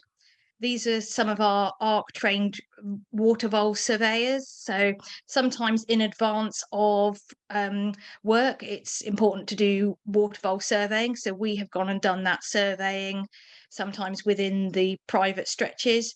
And also if it's not even related to habitat work, we are building up the areas we're covering each year of just trying to carry out annual water vole surveys to know whether voles are doing well or if there's a decline each year. Overall, we're really lucky on the Kennet and water voles are thriving, but it's important that we don't just take that for granted. And the volunteers get a huge amount of pleasure. You've never heard people get so excited as when they find water vole droppings or signs like a feeding station. ARC is getting the data, we're sharing that data regionally and nationally.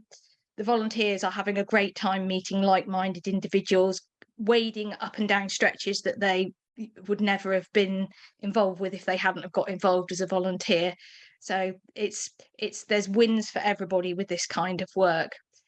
Also, ARC does an awful lot of river school activities. We're on schedule to work with over 1,800 children this academic year, and getting those children into the most local stretch of river is something we always try to do.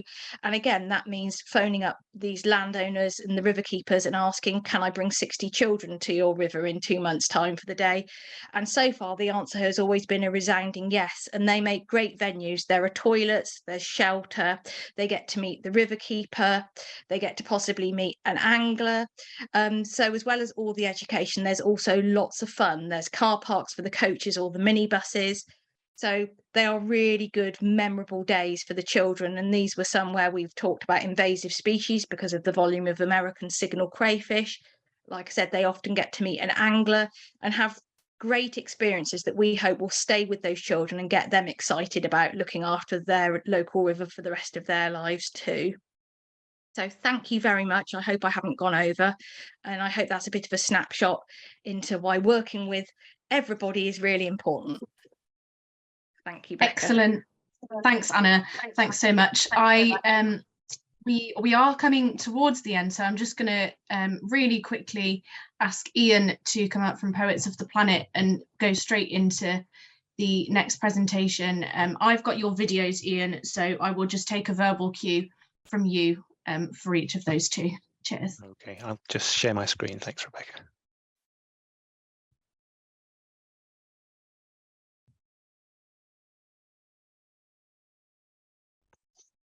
So afternoon, everyone. Really good to be with you for this Rivers Trust conference. I'm Ian McLaughlin. I'm an eco-poet and a founding member of Poets for the Planet. In this session, I'll introduce Poets for the Planet and some of the work we've done, We'll watch some poetry films which our members have contributed to the conference. Then I'll talk briefly about how eco-poetry can support and inspire environmental action, and we'll end by watching a few more film poems. So Poets for the Planet is a voluntary group of writers, artists and activists raising our voices to engage with the climate and ecological crisis. Our patrons are the Poet Laureate Simon Armitage and the poet and BBC presenter Ian Macmillan, and our artwork, including the piece currently on screen, is created by Henny Beaumont, who is also a political cartoonist for The Guardian newspaper. The group was started by Jacqueline Safra in 2019. Jacqueline is a T.S. Eliot Prize shortlisted poet, and for Jacqueline, poetry can help us really look at the almost unbearable reality of climate change. And once we can look, it becomes possible to act. We ran our launch event at the Society of Authors, which inspired by the 1980s Live Aid concert we called Verse Aid. Verse Aid's purpose was to raise awareness of climate change and to raise funds for environmental charities. We raised around £6,800 for Earthwatch and Bees for Development. And if you're up for watching 7 straight hours of poetry, you can see the poemathon we ran at Verse Aid on the Society of Authors YouTube channel. I guess our highest profile action to date was a performance of our eco-poetry show Earth Song in the Green Zone at COP26, the United Nations Climate Change Conference in Glasgow. I'll just say a bit more about that. Earth Song was a collaboration with Imperial College London and consisted of 19 poets from 5 continents performing in 12 different languages, which included isiZulu, Hindi, and Brazilian Portuguese. We wanted the poems featured in Earth Song to connect strongly to the science. This was partly driven by one of Earth Song's organisers, Dr. Robin Lamble, who is both a climate scientist and a poet. It was also a response to the British scientist and novelist C.P. Snow, who in his 1959 Reed lecture famously claimed that science and the humanities had become split into 2 cultures, and that this division was a major setback to both in solving the world's problems. We were very clear that science and the humanities must work together to address the environmental crisis. How do you get climate science into poetry? We organised a series of online workshops at which environmental scientists briefed our Earth Song poets about their research, and we were privileged to receive support from some very distinguished scientists. So, for example, Yuri Rogel is a member of the board which informs and advises the European Union on its climate action. As well as our COP26 performance, we also performed Earth Song at the Great Exhibition Road Festival in South Kensington. Both our Earth Song performances are available to view on YouTube, and the Earth Song poems were also used by other cultural organisations to help build awareness of the climate crisis. So they featured at the National Theatre of Scotland's Dear Planet programme and in Atmos magazine, and some of the live performers were radio interviewed by Soundcamp Arts Collective. More recently, we worked with the Worldwide Fund for Nature on an event involving writing eco-poetry by candlelight during Earth Hour. We ran 3 candle write workshops, one in English in UK time, one in English in Central European time, and one in Dutch in Central European time. We've also run a virtual eco-poetry open mic night called Fresh to highlight the environmental poetry of underrepresented groups. And we've dropped a couple of Twitter bombs, one coinciding with the Conservative Party leadership contest, in which we bombarded Rishi Sunak and Liz Truss with anti-sewage pollution rhyming couplets. So, for example, Ian Duig tweeted a reworking of Dylan Thomas: "Do not go quiet on our river's blight, rage, rage against the rising of the shite." I think that one relevant to yesterday's conference discussion on the sewage problem. Last year, we contributed some film poems to the River Trust's Spring Conference, and we're delighted to do so again this year. I think we're going to watch some of those films now.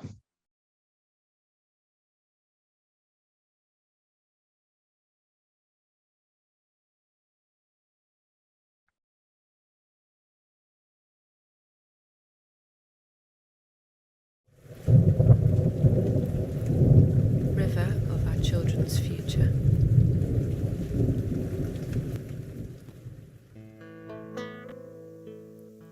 river snakes through the living room.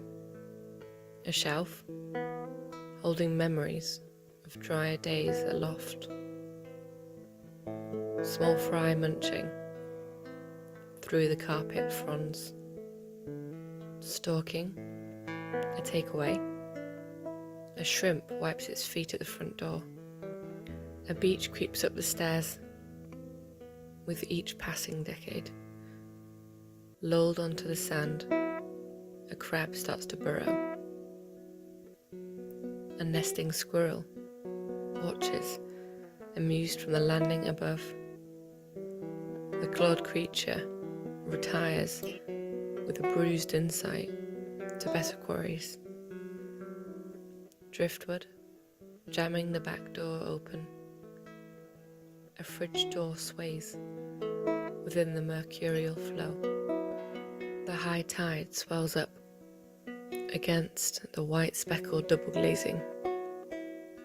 Hungry shells welcome the deluge with open mouths. A chummy dogfish, curled up within a television, surveys the gallery of life. Multicoloured algae decorate walls in abstract neo-cubism. A winged form flashes through, lifting a pond skater. Mid-corridor, how damp is damp? A river shelters under its own roof from the rain.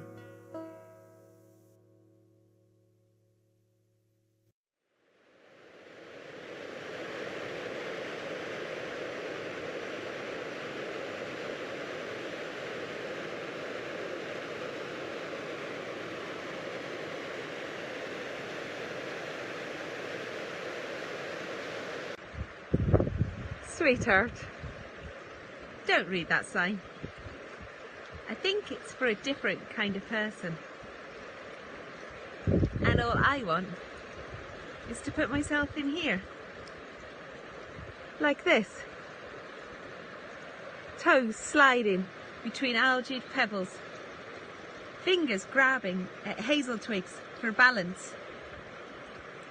Slip in here, beside me. Hold my cold hand. Can you see our feet together in the peat brown water? Stay still and feel your blood falter. Old Nine-Eye, Mr. Lamprey.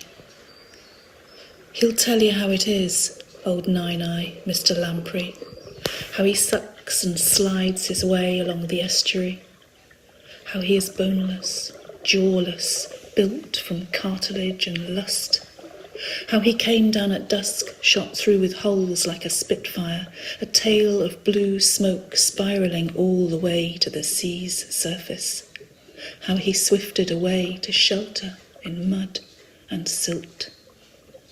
Stone licker, bog snorkler, blood sucker. He works his way upriver into pools and crevices, blends in dark and slippery as kelp, eyes seeking shivers of light, his mouth rooting the drag.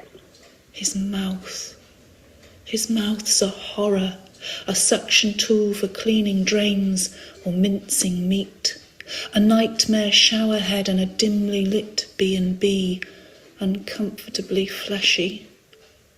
On a good day, in sympathetic light, he could be an exotic fruit, a pushed-in lychee or a sliced guava, his gummy pink concentric rings of teeth, pitaya. He'll rag your skin, silver as it is and geometrically beautiful. He'll rasp you to your skitty bones. It's what he does. It's nothing personal. His ancestors ate human flesh and burst the belly of a king. Some simmered à la Bordelaise were massacred for gluttony. But he'll survive, this lonely beast. He'll weave into the roiling dark and wait while we, vile parasites, lurch towards catastrophe. He's played this game before. It's just the way he is, old Nine-Eye, Mr. Lamprey. leaving town. We walk the river, our feet in step, away from receding habitation, the cries of gulls showing what we'd left, their hunger ours, cool, stark eyes like ours.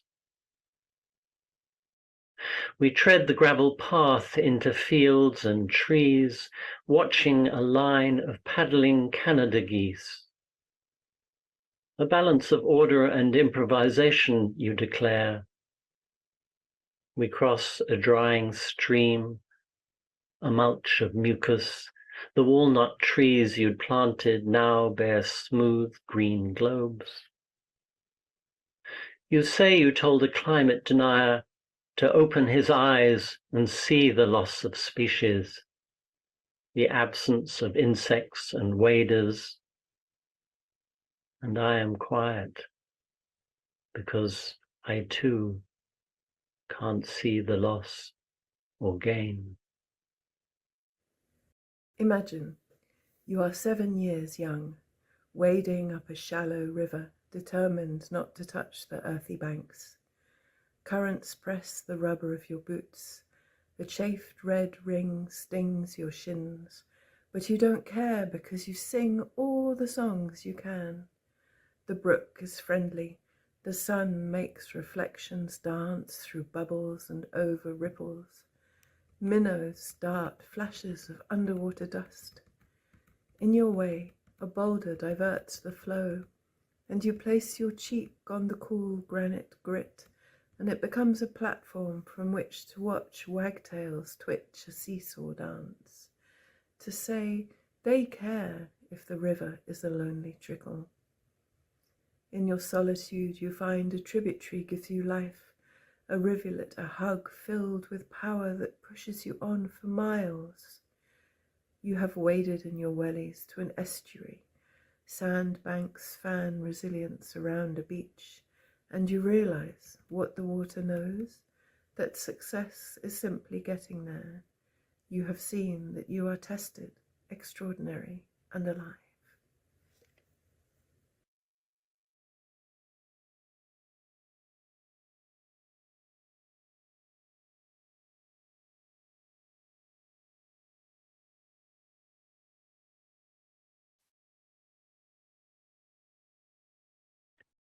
So I'm just going to share my screen again.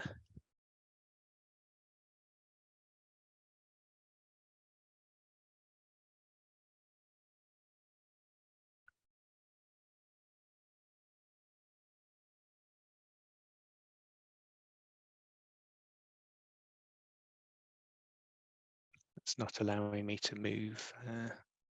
Try sharing something else.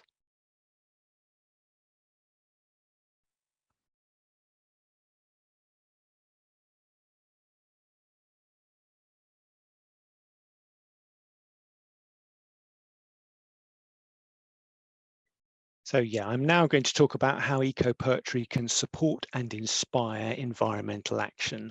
First though, what is eco-poetry? Well, we've just seen some examples of it, and I would define it as poetry written to raise an awareness of the environmental threat, either by awakening us to the preciousness and precariousness of nature, or by giving nature a voice to speak for itself, or by holding up a mirror to the states within ourselves that drive environmental destruction. I think one of the great values of poetry is its capacity to interpret both our thoughts and our feelings. This connection with emotion, the affective dimension of poetry, is particularly important if the philosopher David Hume was right, and reason is the slave of the passions, i.e. if our feelings are our underlying motivators. You can see Hume's philosophy in action, for example, with the doctor who tells his patients smoking is bad for their health, but who smokes himself. The doctor understands the medical impact of smoking at a rational level, but he doesn't act on that understanding, perhaps because he doesn't grasp the problem at an emotional level. And I think what poetry can do is help us to grasp the climate and ecological crisis at an emotional level, and that can motivate us towards a stronger level of engagement and action. building on this idea of the affective dimension of poetry, the T.S. Eliot Prize-winning poet Roger Robinson says that poems are empathy machines and that they can translate trauma into something people can face. The translation of trauma is something we need to do with regards to countries in the global south who are on the front line of climate change, often unfairly given their historically low carbon emissions. But we are also increasingly going to need to translate our own climate trauma into something we can face. Eco-anxiety is on the rise, particularly among children and young people, and that anxiety is only likely to get stronger as we start to feel the effects of extreme weather on our infrastructure, crops, rivers, coastal communities, and supply chains. Poetry is also helpful for environmental action because it gives us space for reflection. Research has shown that reflection leads towards more profound levels of engagement. As well as considering the environment, poetry can help us reflect on the role of society and the economic system of profit maximization. It can also help us to reflect on our own role as perpetrator and victim of our current socioeconomic system. So I think we are much more complex than we realize ourselves to be. At the same time, we often live very much on the surface of our lives and are encouraged to do so by a society that sets a high premium on our economic productivity. What poetry can do is give us the space to dive below the surface of ourselves, to investigate our own complexity. That investigation can help to free us from some of the negative influences that shape our surface lives. For example, the greed, acquisitiveness, and morbid competitiveness that are fostered by our current system and that encourage overconsumption. Poetry can also help us to be reflective about the future. The problem we have with the climate crisis and the biodiversity crisis is that by the time they reach full impact, it will be too late to reverse them. We need to get the world to respond to extinction level threats that it can't yet fully see. I think seeing and reflecting the future is particularly relevant to poetry. In The Defense of Poetry, Percy Bysshe Shelley says that poets are the mirrors of the gigantic shadows which futurity casts upon the present. Through poetry, we can envisage both positive and negative outcomes. We can make extinction level threats visible now. If you want to find out more about Poets for the Planet, please check out the website where there are details of our activities and where there's also a guide on how to run your own poemathon. And please do connect with Poets for the Planet and me on social media if you feel like it.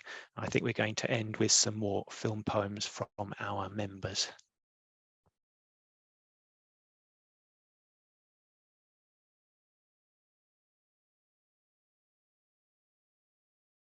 Relearning the river.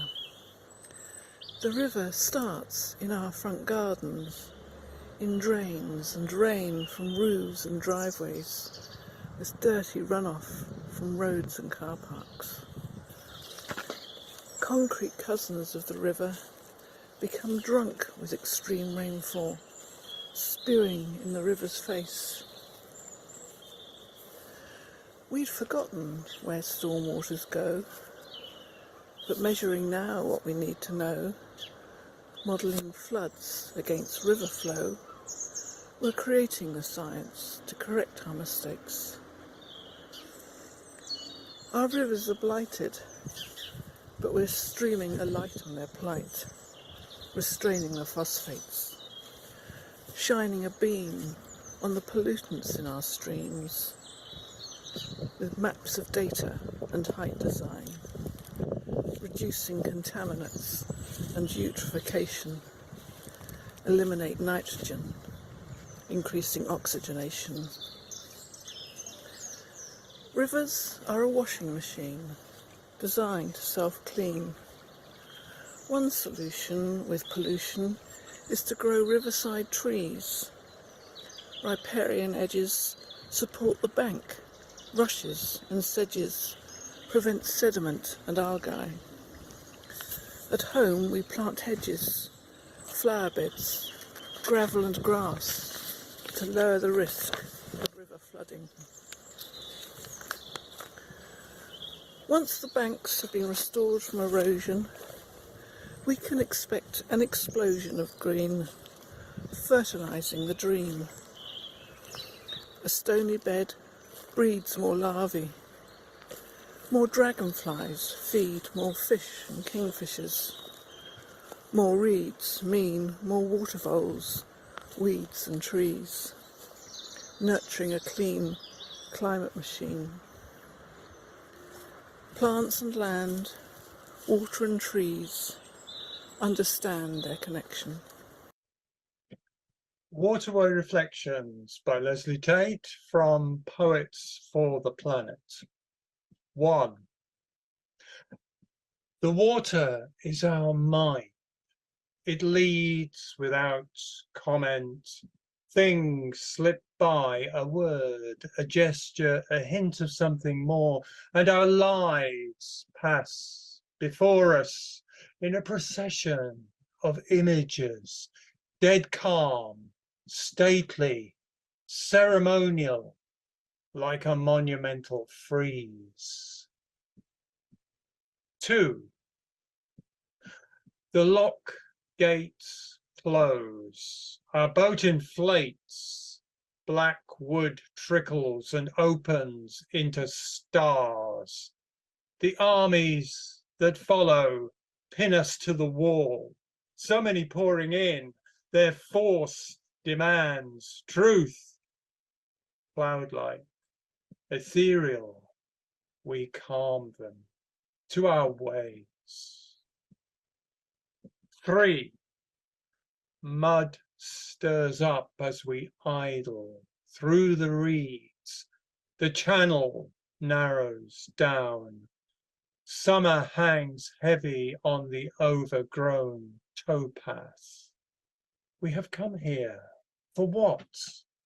To die, perhaps, to float and stretch and thicken with the flow, lethe or suspension, or maybe just a mood, a hand that dips life, and the histories that follow, smooth-backed and watchful, as if some half-hidden memory moved us from below.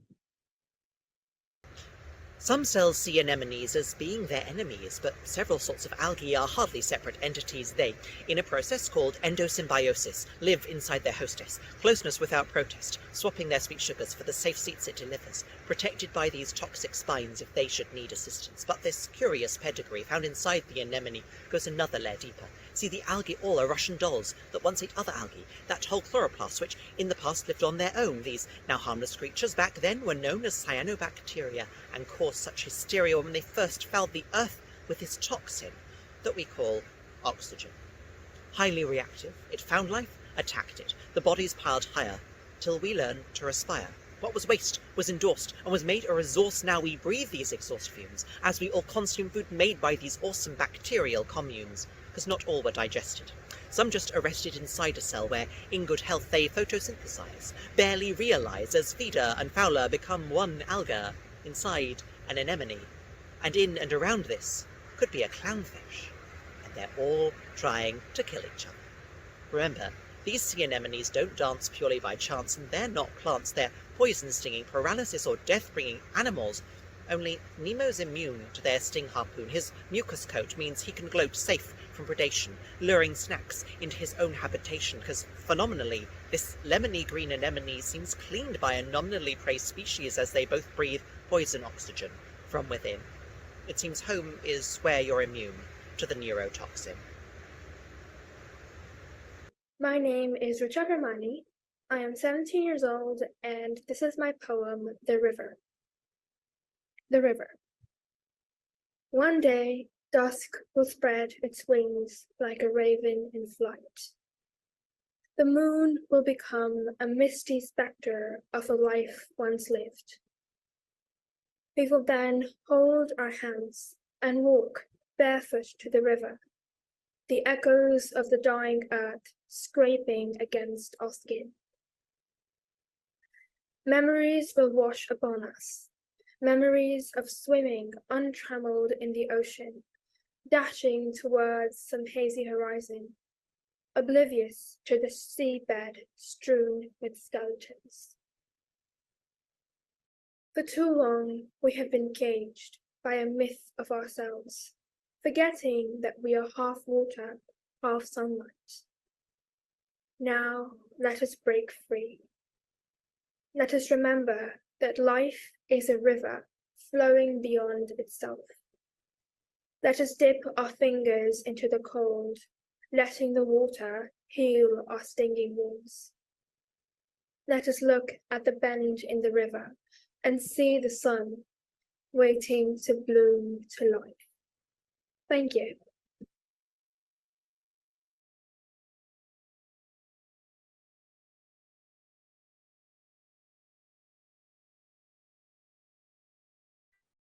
Okay, thank you to everyone there. I'm conscious that we're a few minutes behind schedule, so I'm just going to say a very, very quick thank you to everyone who's contributed to this session so far.